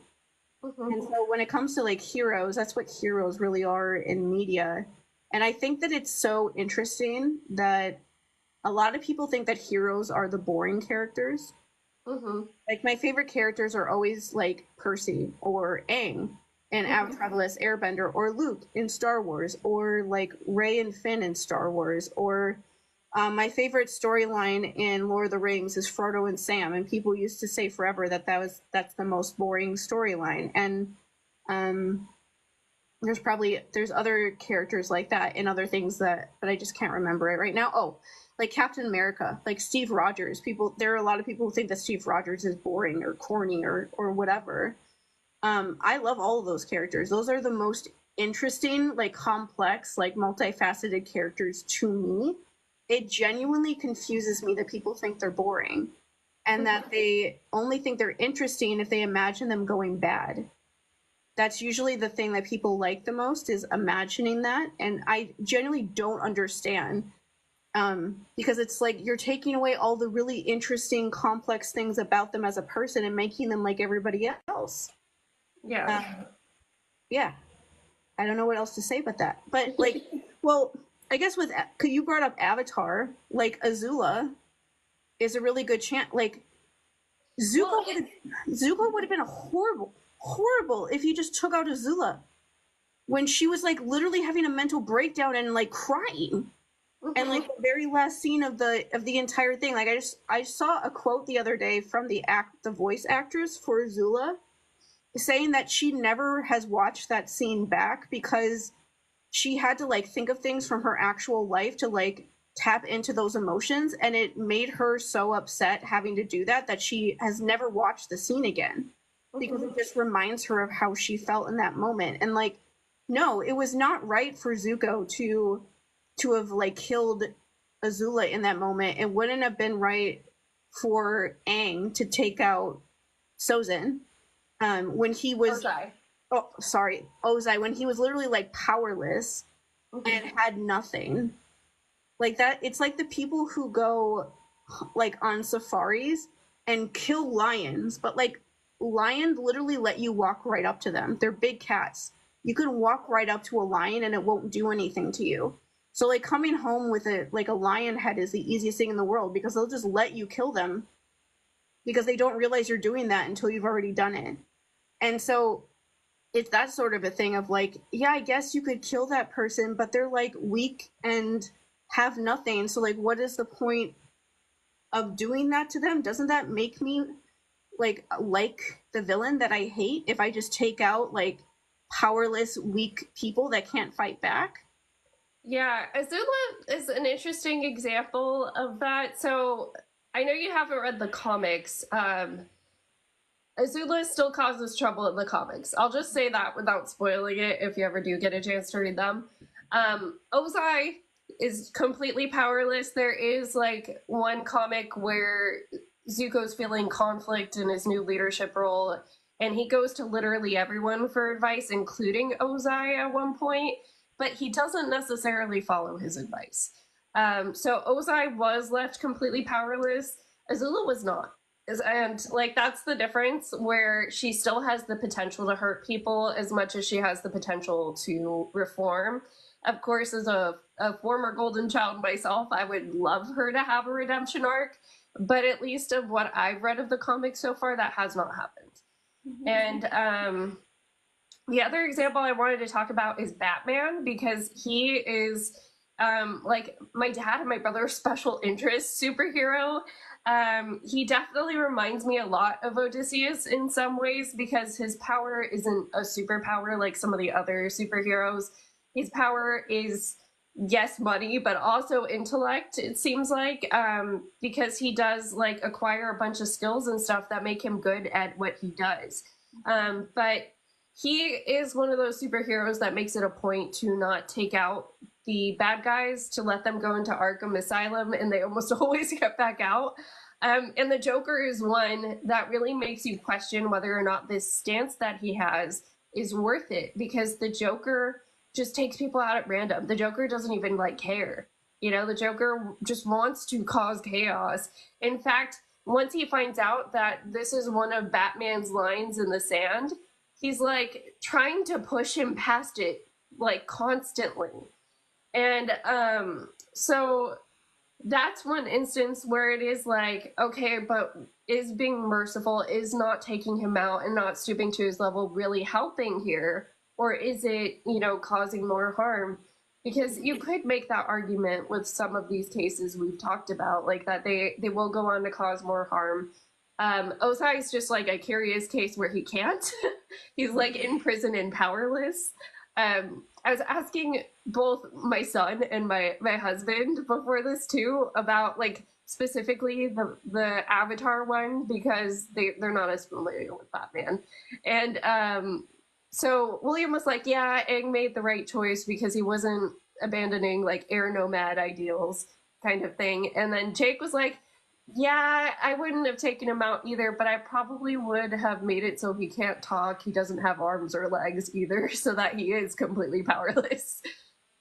But I don't know, this is just like my always way of thinking about this, is that him with having no power and no way to like intimidate and abuse people to get them to do things for him is like the worst thing ever that he could have ever gone through. Yeah. That's like his absolute like worst case scenario, and he had to live it.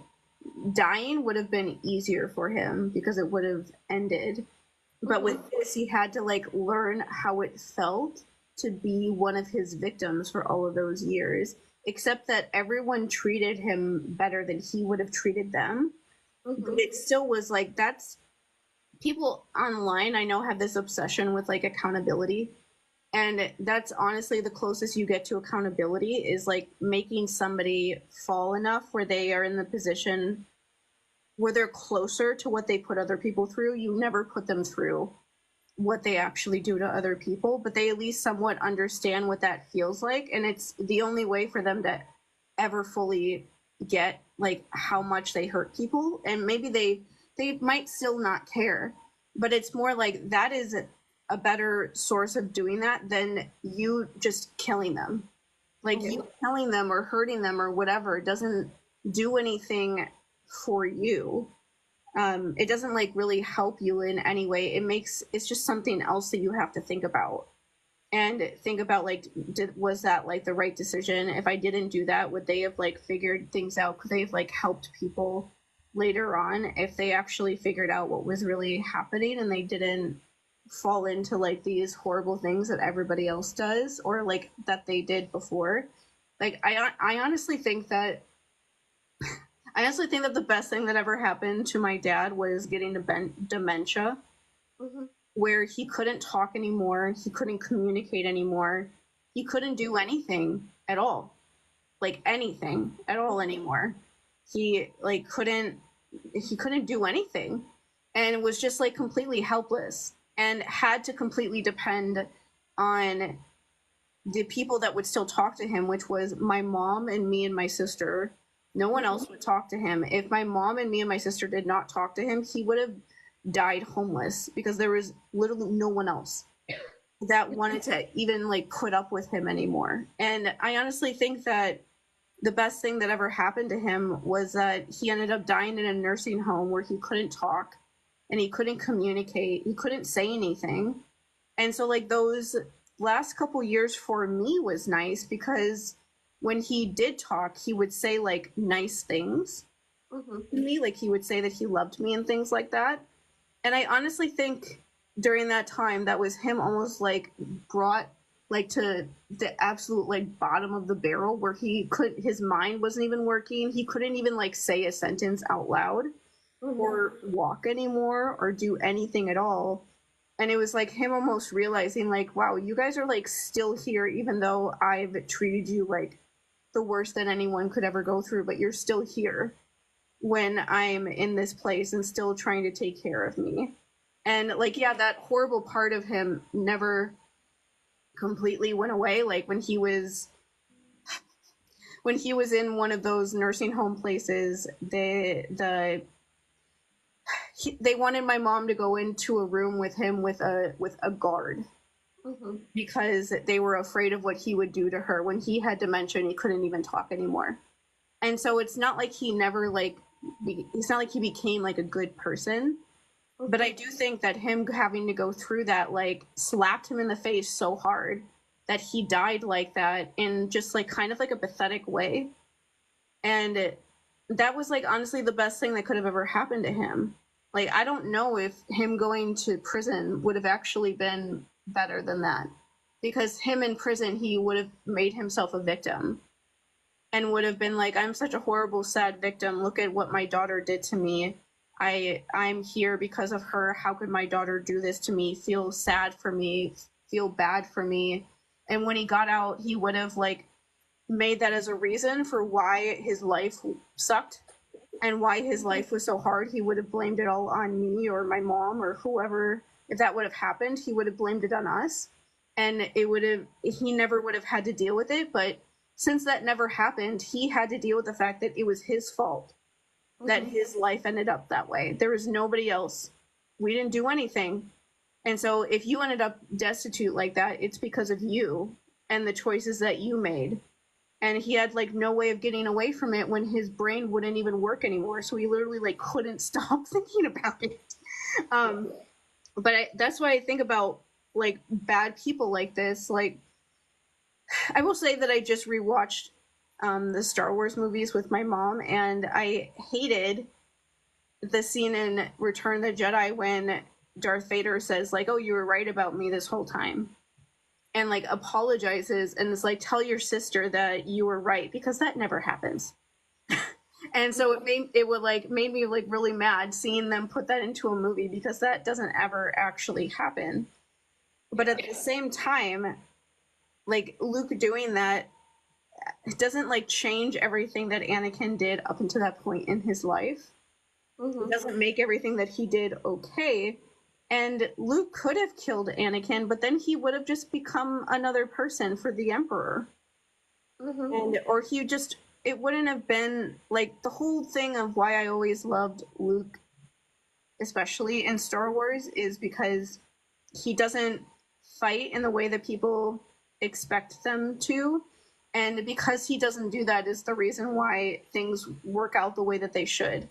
Like there's a million different ways that could have happened. And if he would have fought in any way, it wouldn't have gone the same way.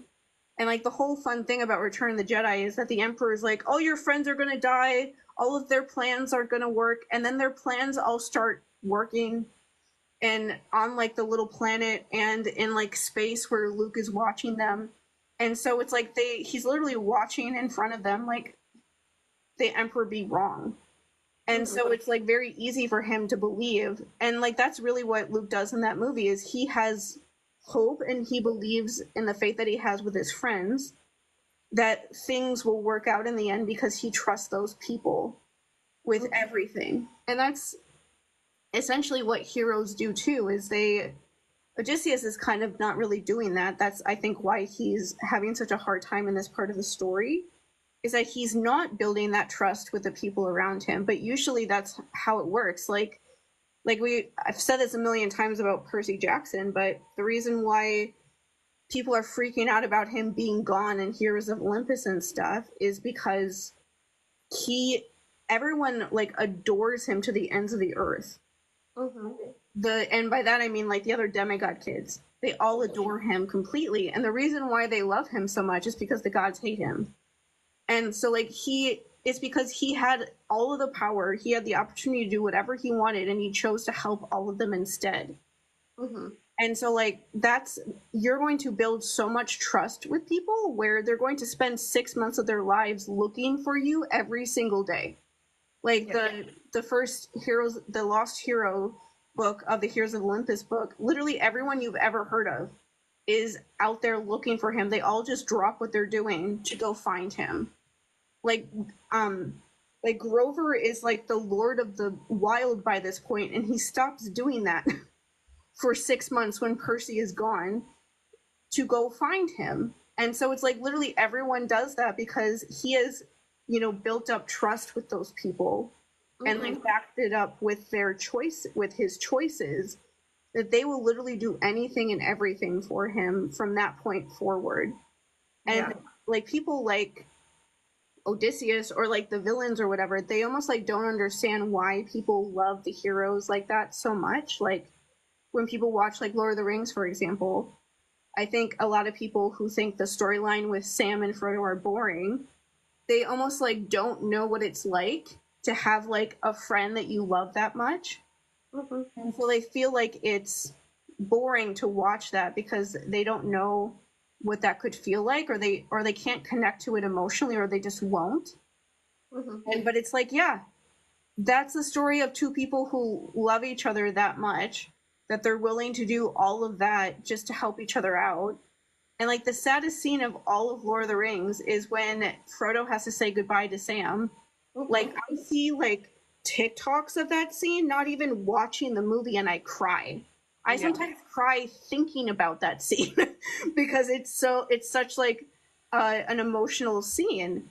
And like it would have been so easy for one of them to, like, for Sam to just kill Gollum. But then it would have absolutely destroyed all of the trust that Frodo had in him. Even though Frodo ended up almost dying at the very end when Gollum tried to like shove him into Mount Doom. Yeah. It was worth it to do all of that, even though Frodo almost died multiple times, because he kept his relationship with the person he actually cared about most.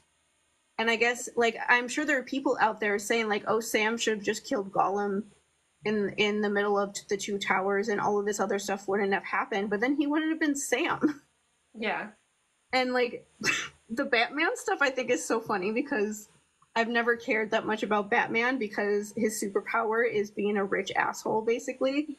And so I just, like, I get it. Your parents died when you were little and there were bats involved. I understand. There's just, I can't watch that scene one more time. I think he has a better moral compass than Tony Stark, though, okay? Oh, yeah. Tony is actually a really good example of that, too, because Tony hates Steve Rogers, and I think it's so funny in that ridiculous way why he hates him, because Tony hates Steve because of childhood trauma. Tony's dad always really liked Steve and talked very nicely about him after he was gone, and would talk being like, Steve was like so much better at this than you were. He was just such a better person than you. And Tony is, you know, horrible person, and so he takes all of that out on Steve, even though he never did anything. He was gone. He was like in ice all those years. He had no idea what his dad was doing or like how he talked about him. But like basically, I think the Marvel movies particularly is like a fascinating thing about that, because they definitely set up Tony. They thought that Tony was going to be like the star.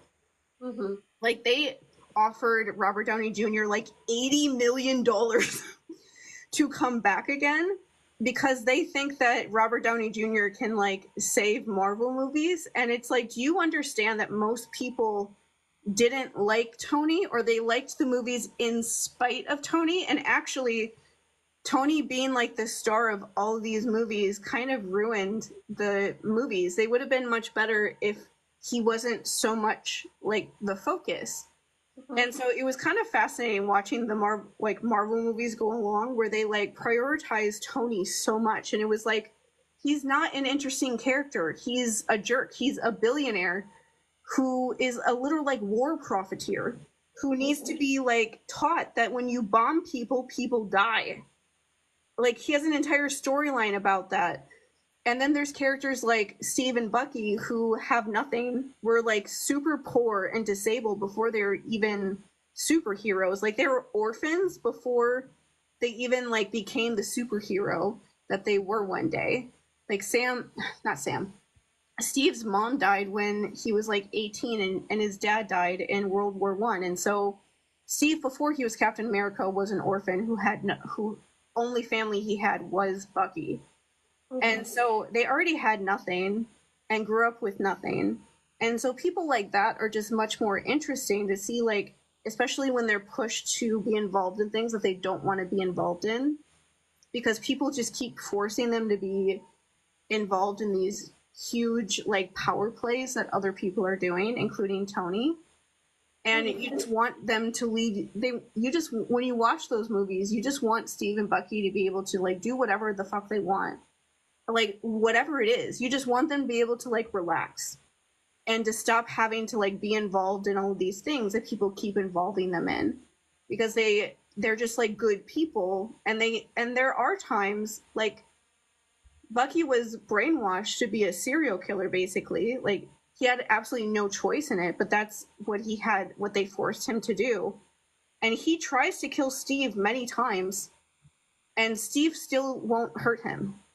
Like, there's the whole storyline between the two of them in the Civil War movie is literally everyone is telling Steve to turn Bucky in or to fight against him. If you have to kill him, you might have to kill him. And he's like, no.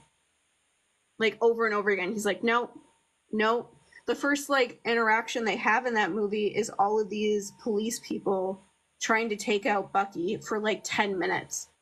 Like, Black Panther shows up and tries to kill him. Like, all of these people are trying to kill him. His best friends are even telling him, you're probably going to have to kill him at some point if he's not good. And he's like, no, I am never going to kill Bucky. And he's like, you will have to kill me before I do that. Like, you will actually have to kill me if you want to do that. I'm never going to turn him in, and I'm never going to do that. And he ends up being in the right. Like, everything that people think Bucky did in that movie, he was being set up for. He never actually did it. And so if they would have killed him, they would have killed a completely innocent person that was tortured by a Nazi organization for 70 years. And like, literally everyone else in that movie is telling him to do it, and he won't do it. And that's like, even if things like blow up like it does for them, like where they have to go on the run for 2 years and they can't see anybody else and they have to hide away in these different countries and things like that from Tony. Because if Tony finds out where they are, he's the government's little bitch, and so he'll send the government after them and they'll try to throw them into prison. Like, they even try to throw Steve into prison after like half of the universe has disappeared. And he has a moment where he's like, go fuck yourself, bros. And he shows up then because he knows that there's way too many things going on that they can't actually do that to him. But it's just that sort of interaction. I always find that more interesting when I'm watching movies. I'm just like, yeah, I guess you could be that person that just like kills people for fun, or kills people because you could, or kills people because you're really angry at them, even if you have a justifiable reason to be angry at them. But I just find that really boring. Yeah. I think it's more interesting to watch characters that try to like toe that line. Like, I feel like the theme of like the Odyssey, this part of it at least, with Odysseus, that I feel like this whole thing with Poseidon blew up the way that it did because he wasn't trying to be like altruistic or nice for why he did that to Polyphemus, because if he was, he wouldn't have blinded him because he wanted to steal all of his food. Like, he didn't actually have to do that to him.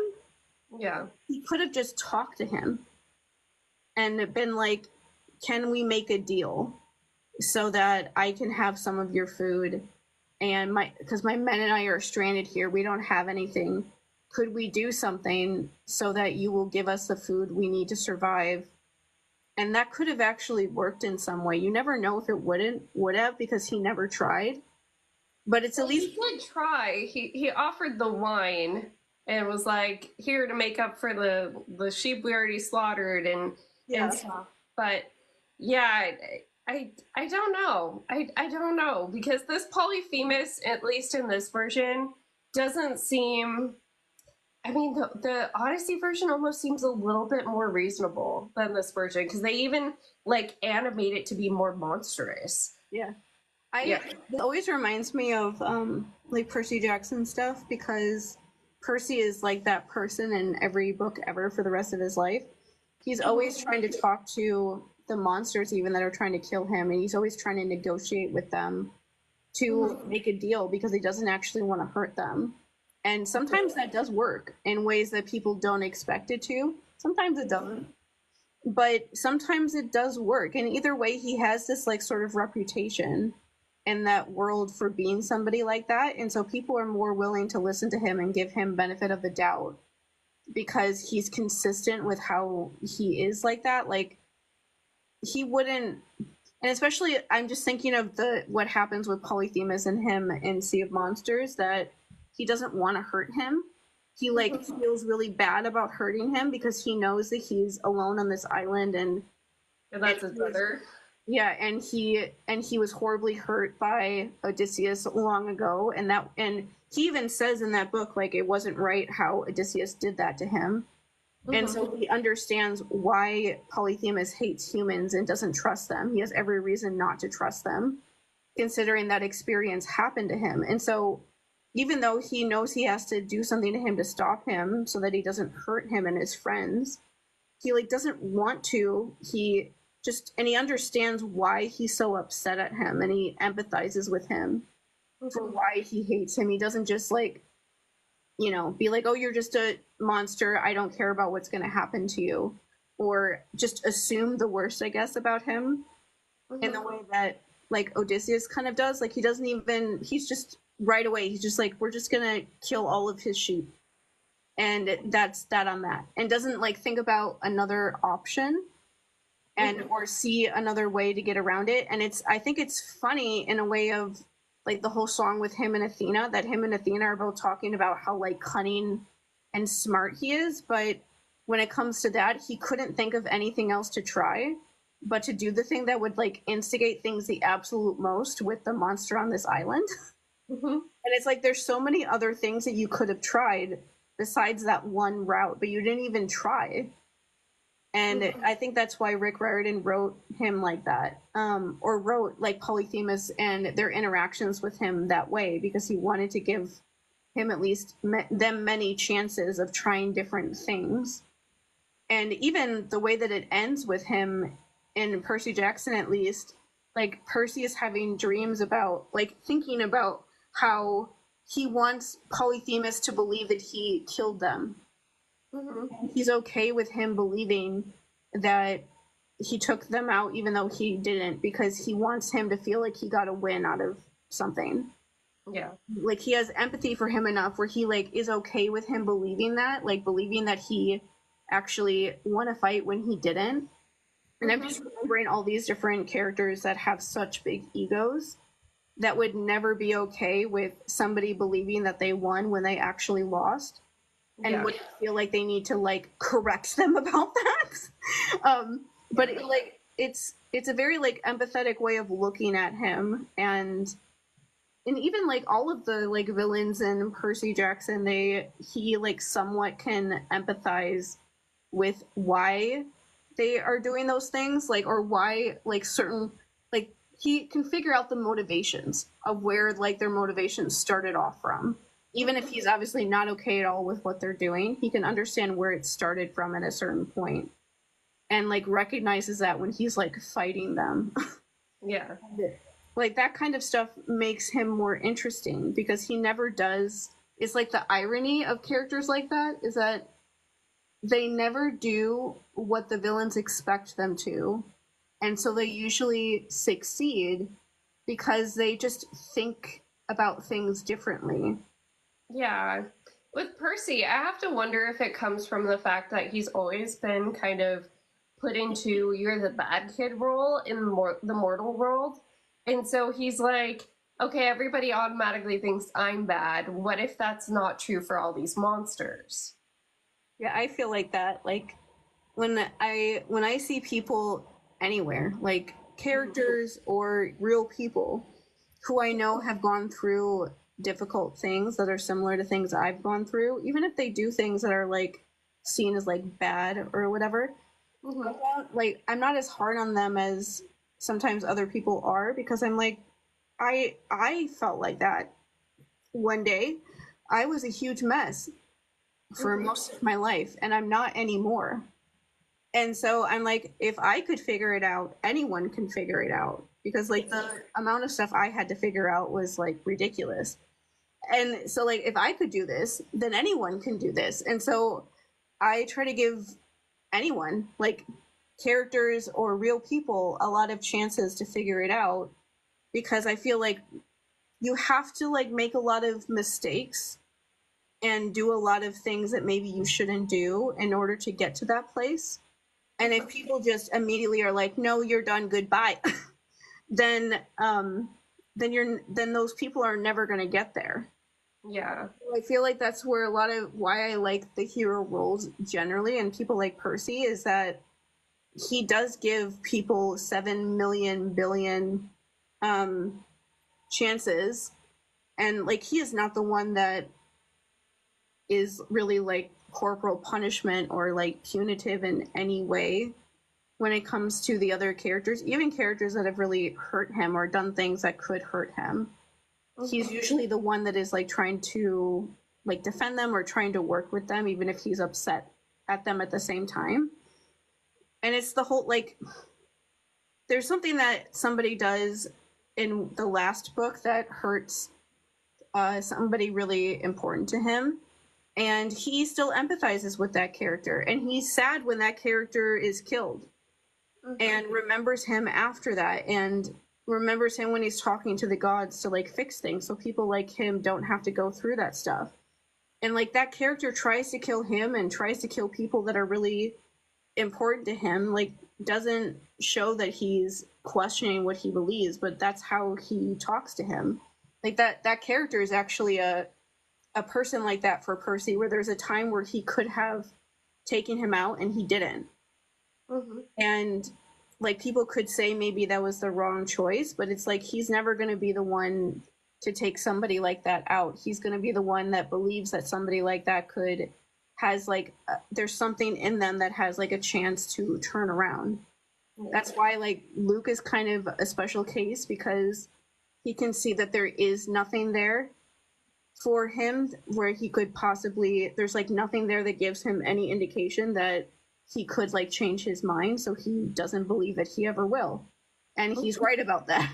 But if there's just like the tiniest thing that shows you that there's something in there that could be like salvaged, then I think that it's worth it to try.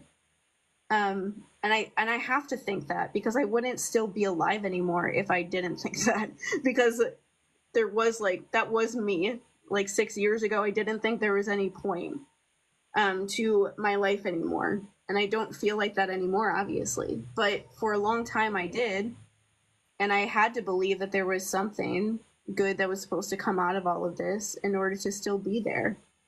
And I feel like that's the kind of heroes like Percy, and even the other people that are friends with him, like Annabeth and Grover, and people in this world, even the other kids at camp. Like there's, you know, stuff that happens with like Selena is really hard, and there's people that try to defend what she went through with Luke when they find out what happened and things like that. And it's just, that's, you want people to like have that sort of influence, I guess. Like Percy has an influence where he makes people look at even monsters, because his brother is considered a monster, in a more empathetic way. And it's better for everybody involved to look at people that way. And I feel like Odysseus in these stories, in these chapters or these songs, are like the other way. That if you try to like just shut everybody down, then you can have the other reaction where nobody trusts you, and you have to be on alert all the time, because everyone is waiting for you to betray them. And like that is very similar to how like the stereotypical villains are in the story. Like Luke can't trust anybody. Everyone who's on his side are monsters who he despises and he thinks that he's better than.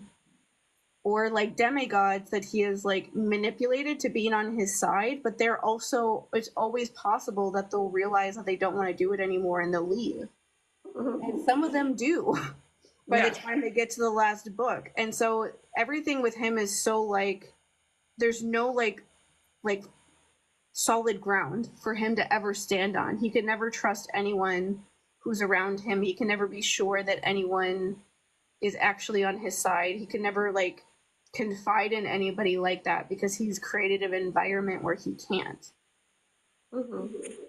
And that's never going to like last long term, no matter what you do. Yeah, I mean, we don't see it as much with this version of Odysseus as we do in the Odyssey, but his intellect is what he like thinks puts him above other people, and especially that favor that he has with Athena and with some of the gods, obviously not Poseidon. He does kind of have a superiority complex where it almost isn't that big of a deal in the way that the Odyssey is written, that almost everybody doesn't make, or well, actually everybody doesn't make it. And so yeah, it's weird though, because I do want to separate like this version from that version, and this one is a lot more soft and emotional. We get that emotional backing from a lot of these decisions, but yeah, I don't know. And it's also interesting to have Poseidon be like this, to like close out the song. We have Poseidon saying the world is dark and ruthlessness is mercy upon ourselves, before he says die and takes out all of the ships, which most of the ships actually get destroyed by the Lystragonians. I believe it was like 11 out of 12 ships, which I feel like is kind of what was happening at the end of this song, because he's left with only 43 men. And Odysseus uses that last little bit of the winds that in this version he was able to contain to escape. But like, I don't know. Yeah, I don't know where I was going with that, but well, what I was gonna say is, I kind of, one of the things that happens with people that are smart is like what Odysseus does, where you feel like because you're intelligent or you know how to strategize, that you can like out logic every situation that you're ever in, but you can never out logic emotions ever. And like the way that they do that with like in Percy Jackson world is Annabeth and Percy.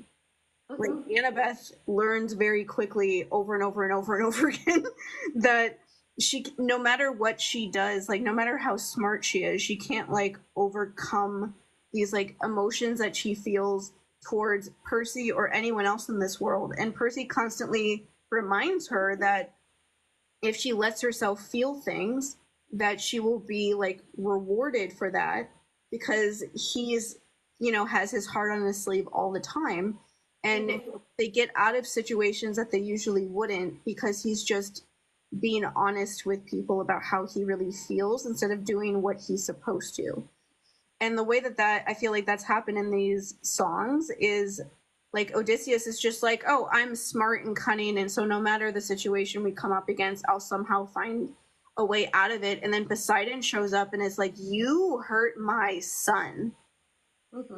You hurt my son. Like, I don't care about strategy. I don't care that apparently none of your men died during like the Troy War. I don't care. I don't care about you. I don't care about your wife. I don't care about your kids. I don't care about anything. You hurt my kid. And so I'm going to destroy you now. And there is nothing that you can say to me. You can't use logic at me because you hurt my kid. Like, there is nothing that you can say to me that will fix this situation, because you already did the thing that I'm really upset at you about, and you can't fix it. And it's like him being like shoved in this situation of like, you can't out logic somebody who is that upset with you because you hurt somebody that they care about.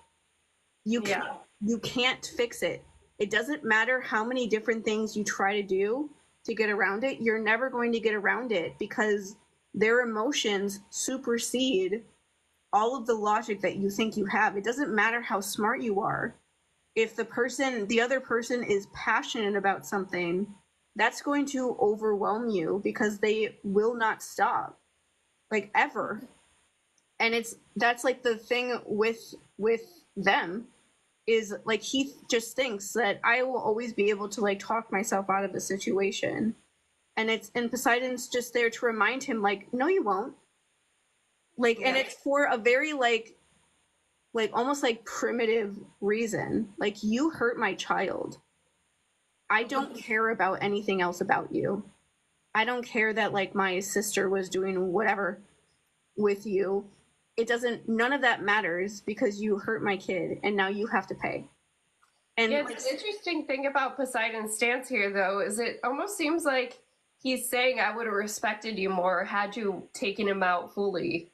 Yeah, because for Poseidon's side, for if you're like the loved one of somebody, like imagining that your loved one is blind and has no food and is just like left there suffering. It's like worse to imagine that their suffering is continuing instead of it ending. Like when my uncle died about a year ago, it took like 5 days for him to finally die when he was in the hospital. And I remember that the one day that I was there, I like kept wanting to leave because I just was so upset about thinking that he was going to, and I just wanted it to happen because he was in so much pain because he was dying from cancer.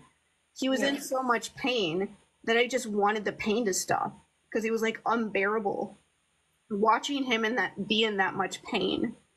And it's the same sort of, that's like how Poseidon feels about how he left Polyphemus, is like, I feel like at least if you killed him, his suffering would be done. Like, I think that Poseidon still would have done all of this to him regardless.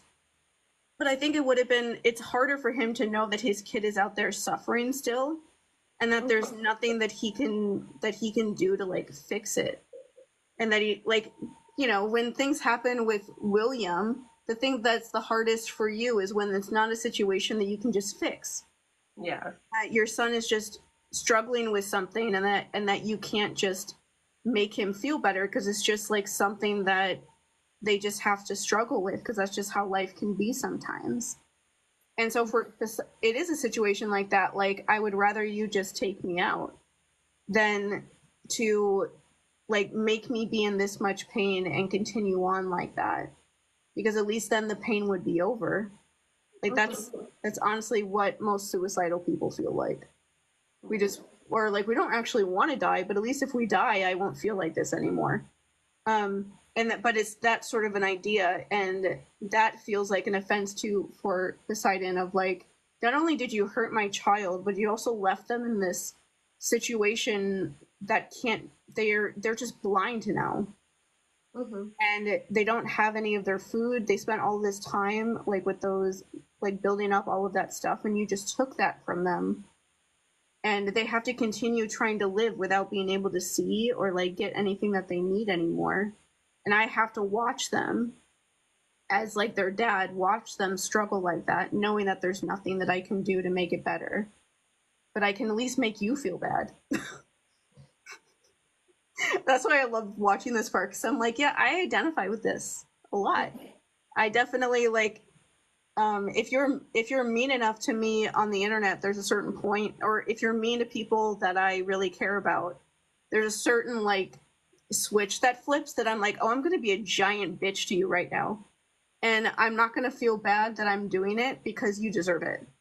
Yeah. And it's literally something like that. Like, if you push me too far, then you're gonna like, I'm gonna unleash everything on you and not feel bad because you've done something bad enough that I don't care. Like, on this day thing, this video that a couple different videos I made in like 2021 came up, and I remember this happening back then. And it was one of the times when somebody was trying to tell you that emotional incest isn't real. And it was like 3 videos of me telling them to shut the fuck up. And I was like saying it in like a nice way. Like at first, like I remember the interactions with this person, and it wasn't nice. It wasn't a nice like interaction. But I was trying to be nice to them at first and saying like it doesn't make sense to like play these games of like saying which abuse is worse, like it's all bad. And things like that. And it was also like, leave my friend alone, what is wrong with you? And then but it was like funny watching me do that because we do the same thing now. Yeah. But it's like that sort of an idea of like, I can watch people say really horrible things, but if you're mean to somebody that I care about, then I would get like, it's not even like irrationally angry, it's just rationally angry. Yeah. and like protective, and be like, no, like one of the things I think is like fun, and I'm like glad that I have this role, is some of the people that I talk to about Percy Jackson stuff, they'll send me videos when some of the videos that I respond to are ones that people send to me because they see them and they're like upset about what the person has said, like usually ones involving like Luke. And they'll send them to me because they want me to respond to them because they're like, I know that you can say this in a more like eloquent way than I can. And I always do. Like every time they send me a video like that, I always respond. And I'm like, I'm glad that I have this sort of, that I can do this, that I can have this sort of role, that people trust that I can like say what needs to be said when people are saying things that like really hurt their feelings. Because of course, all the people that send me those things are people that have gone through some sort of abuse in their life and that they've told me about in some way.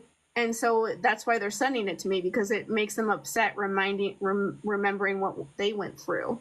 And it feels like the best thing ever that I could finally be in a position where I could be like a little like speaking head for people like that, and I can take it and can handle it, when in the past I definitely couldn't. And just the idea that they don't have to deal with that because I can just do it for them. Like that's so much fun. And so I'm glad that I have that role now, but it just reminds me of this stuff of like, it's a very just like human sort of thing of with Poseidon, which is why I think I always liked him, is because of the whole, God, what is that one line they say in the Percy Jackson books? The sea does not like to be restrained. That's what he says.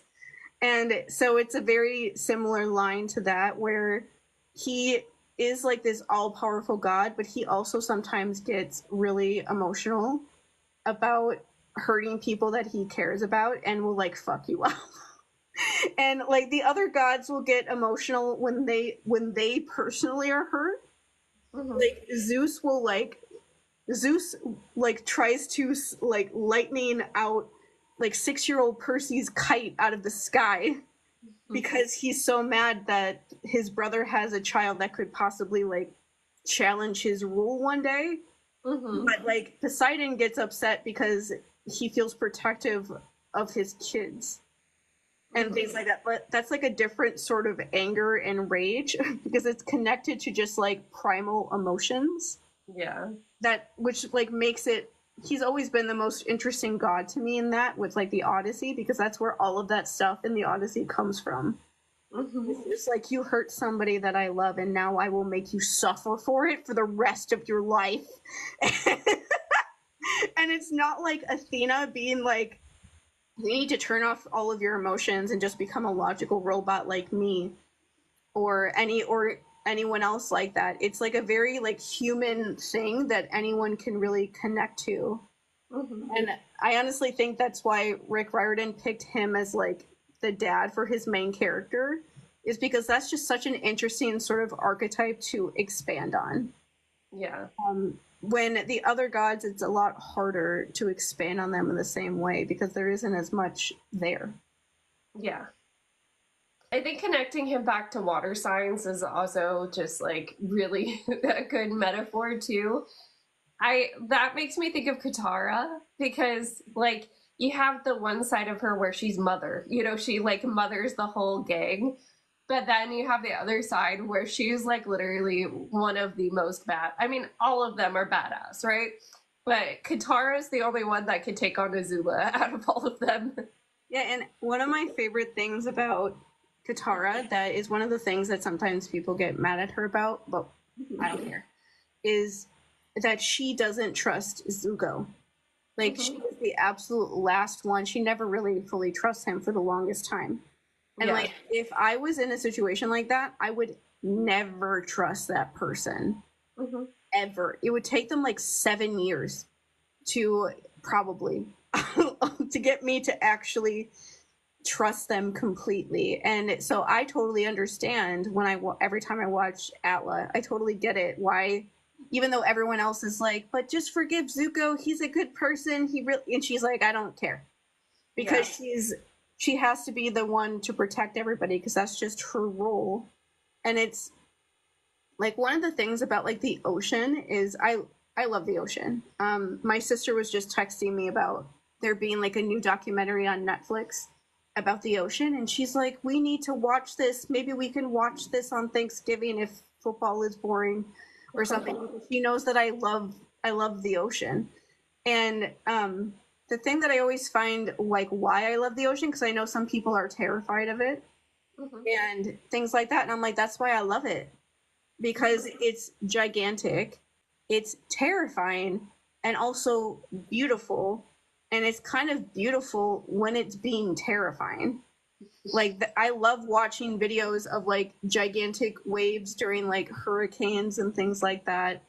Those like crazy videos that trend on here every couple months of people in like the North Sea. I watch them over and over and over again, because I just think it's so cool to see like how big of waves like the ocean can make, and how we have no control. There's like when there's a, what is it called? Not a typhoon, the other word. Tsunami. When like a tsunami happens and they make waves that are 50 feet tall. Like, I remember watching once a video about the tsunami that happened in 2011 in Japan. And there was this one video I found somewhere where the person was like close enough to like land, but also far enough away where you could see like how big the waves are. And there was like a little car at like the very bottom of the screen, and the waves were like up here. And it just showed that like the waves were literally like 40 feet tall when they were like reaching land. And like, that's why everything got destroyed. And I was like, I've never seen something that shows like the actual like shows how big those waves actually are. And I know it doesn't make any sense to watch things like that because they're terrifying, but that's like why I like to watch it, because it's almost like beautiful to watch something that terrifying, because you can't stop it. And you just kind of have to deal with whatever it decides to do is what it's going to do to you. Yeah. I think that's what's amazing about it, is that we don't understand the ocean, that we don't know what's in the ocean, that we can never, ever know what's in the ocean, because there's so much of it that we can never reach. And it's like that mystery about it makes it so interesting to me. And to add like emotion onto it when you make a character that's like the manifestation of the ocean is like, it's the same sort of thing. Like, you almost like, people almost like don't understand like the depths of their emotions or like their connections to other people until those connections are challenged.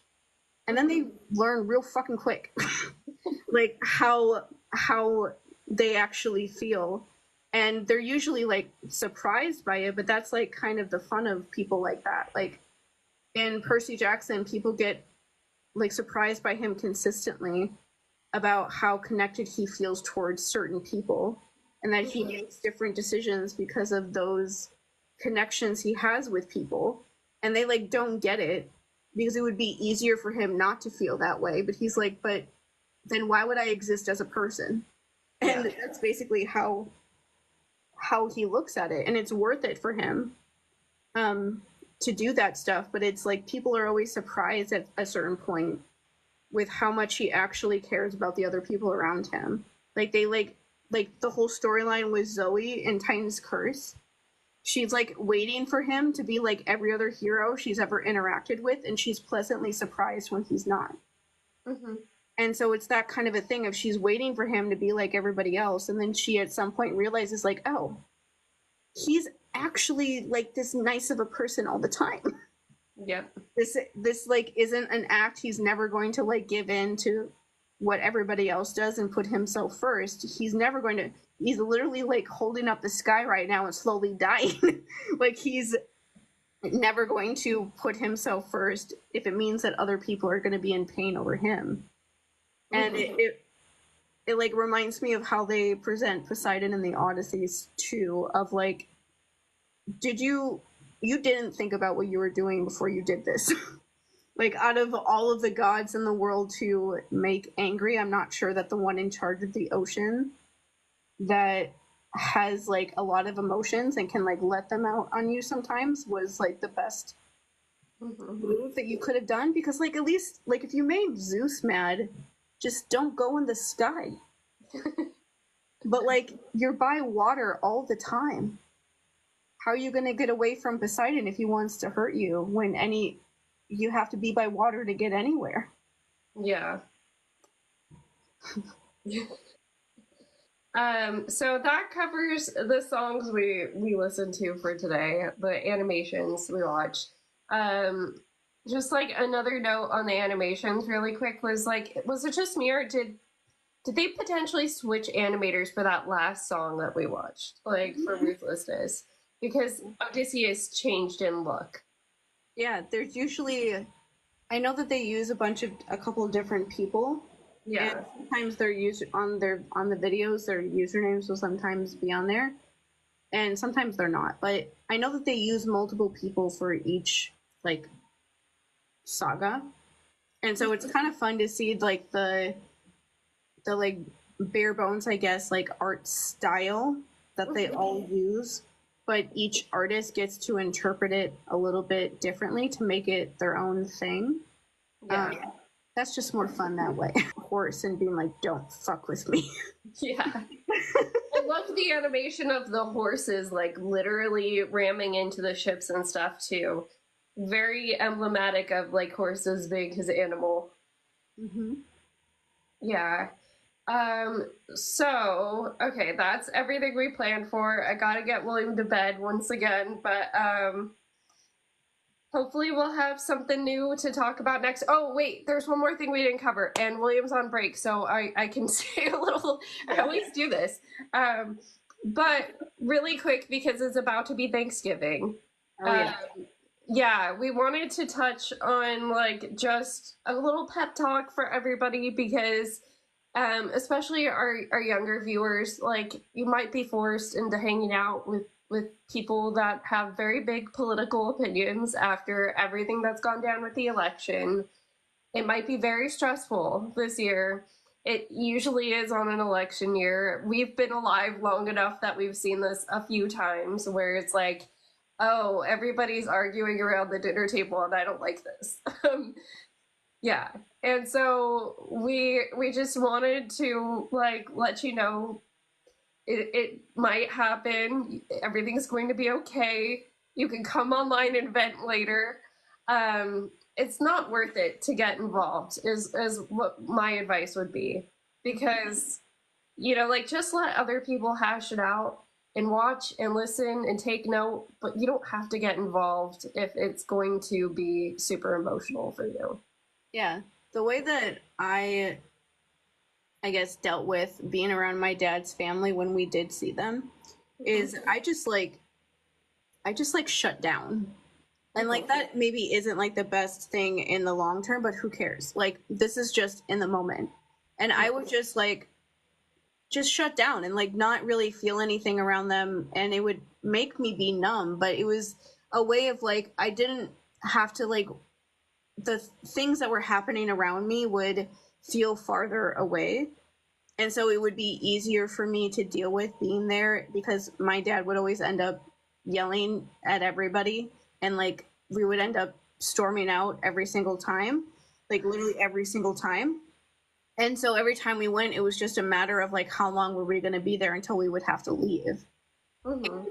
So I know that sort of feeling of like waiting for things to go wrong. And so the best way I knew how to do that was just try to like shut off my emotions, try to like think about something in my head that made me happy, and just try to not like really listen too much about what people are saying, or get involved in anything, because things would have been a lot worse for me later on if I did. Mm-hmm. And in that same vein, the thing I wanted to like just say for kids, especially kids if you're queer and like your family doesn't know, or certain people in your family don't know, the internet sometimes talks about that stuff, like queerness and being open about your queerness, in a way that isn't actually applicable to like real people, or especially people in like family situations that aren't the best.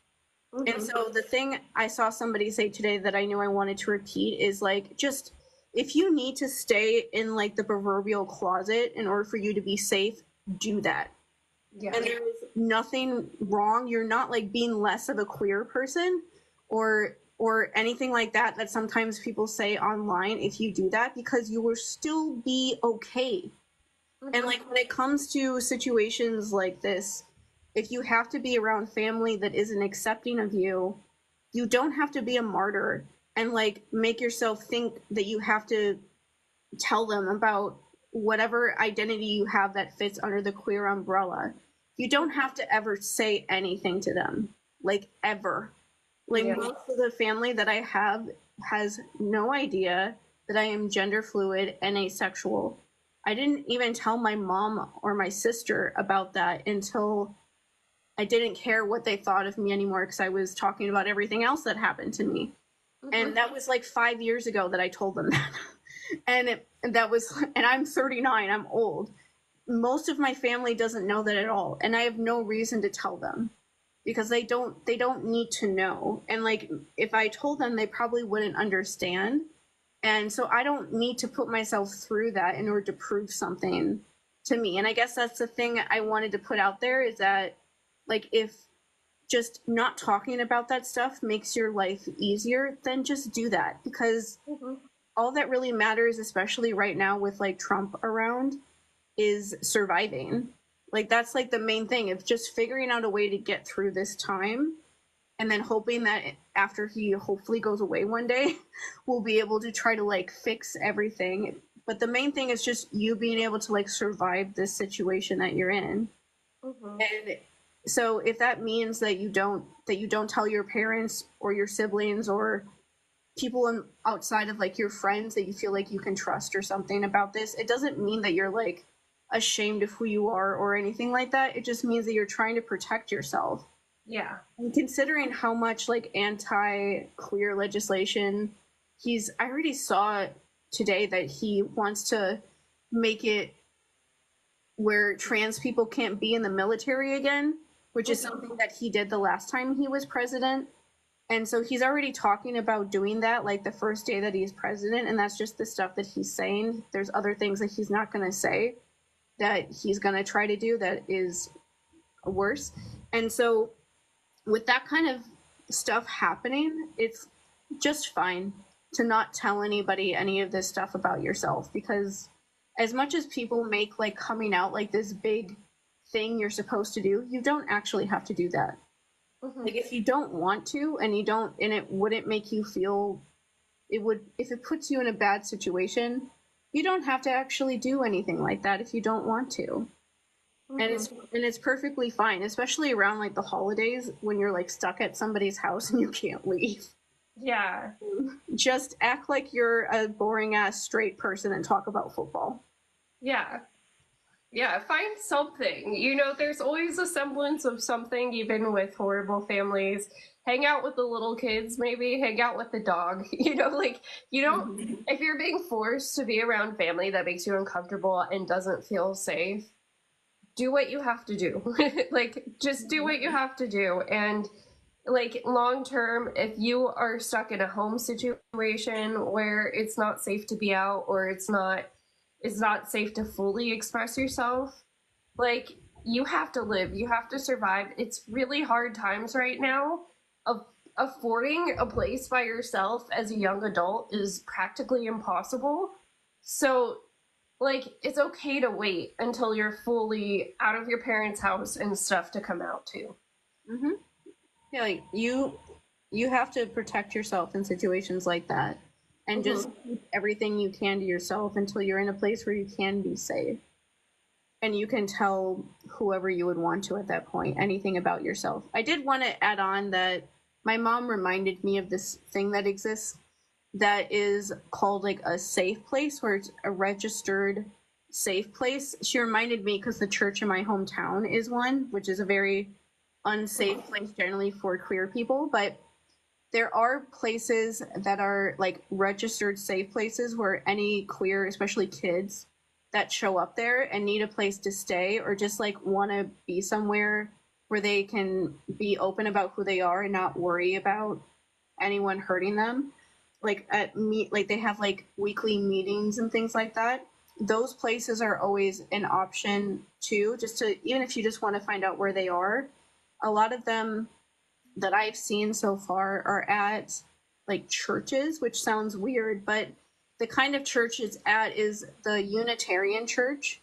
Is if I was somebody who was looking for a place like that, even in the most conservative areas, I would Google Unitarian churches, because they're hardly a church. They're more like just a social justice, like networking agency than anything else. Like they have like a whole part of when you go to that church is that they have like a whole thing about sex ed that they teach all of their kids as part of like going to the church there. Like my mom's partner goes to that church, and so they do things. And so like last weekend they went to like the Black Holocaust Museum in the city that I live in as part of like a church outing. And so that sort of a church is very social justice forward. They're very accepting of queer people. And so if there was like a kind of safe place like that, if you did need somewhere to go for like the night because you just couldn't handle it anymore, a place like that would be something that would be available to you no matter what.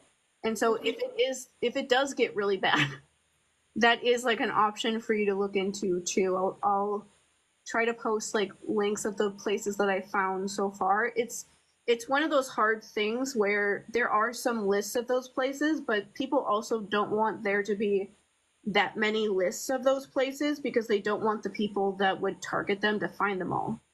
Yeah. So some of it is just like word of mouth. But I guess I would say if the website that I'm going to link doesn't have like anything around where you live, try to find like a LGBTQIA like nonprofit like community center in your area, even if it's kind of far from where you live, if you live out in the country, and just ask them if they know of places near you where you could go, because they probably know of something.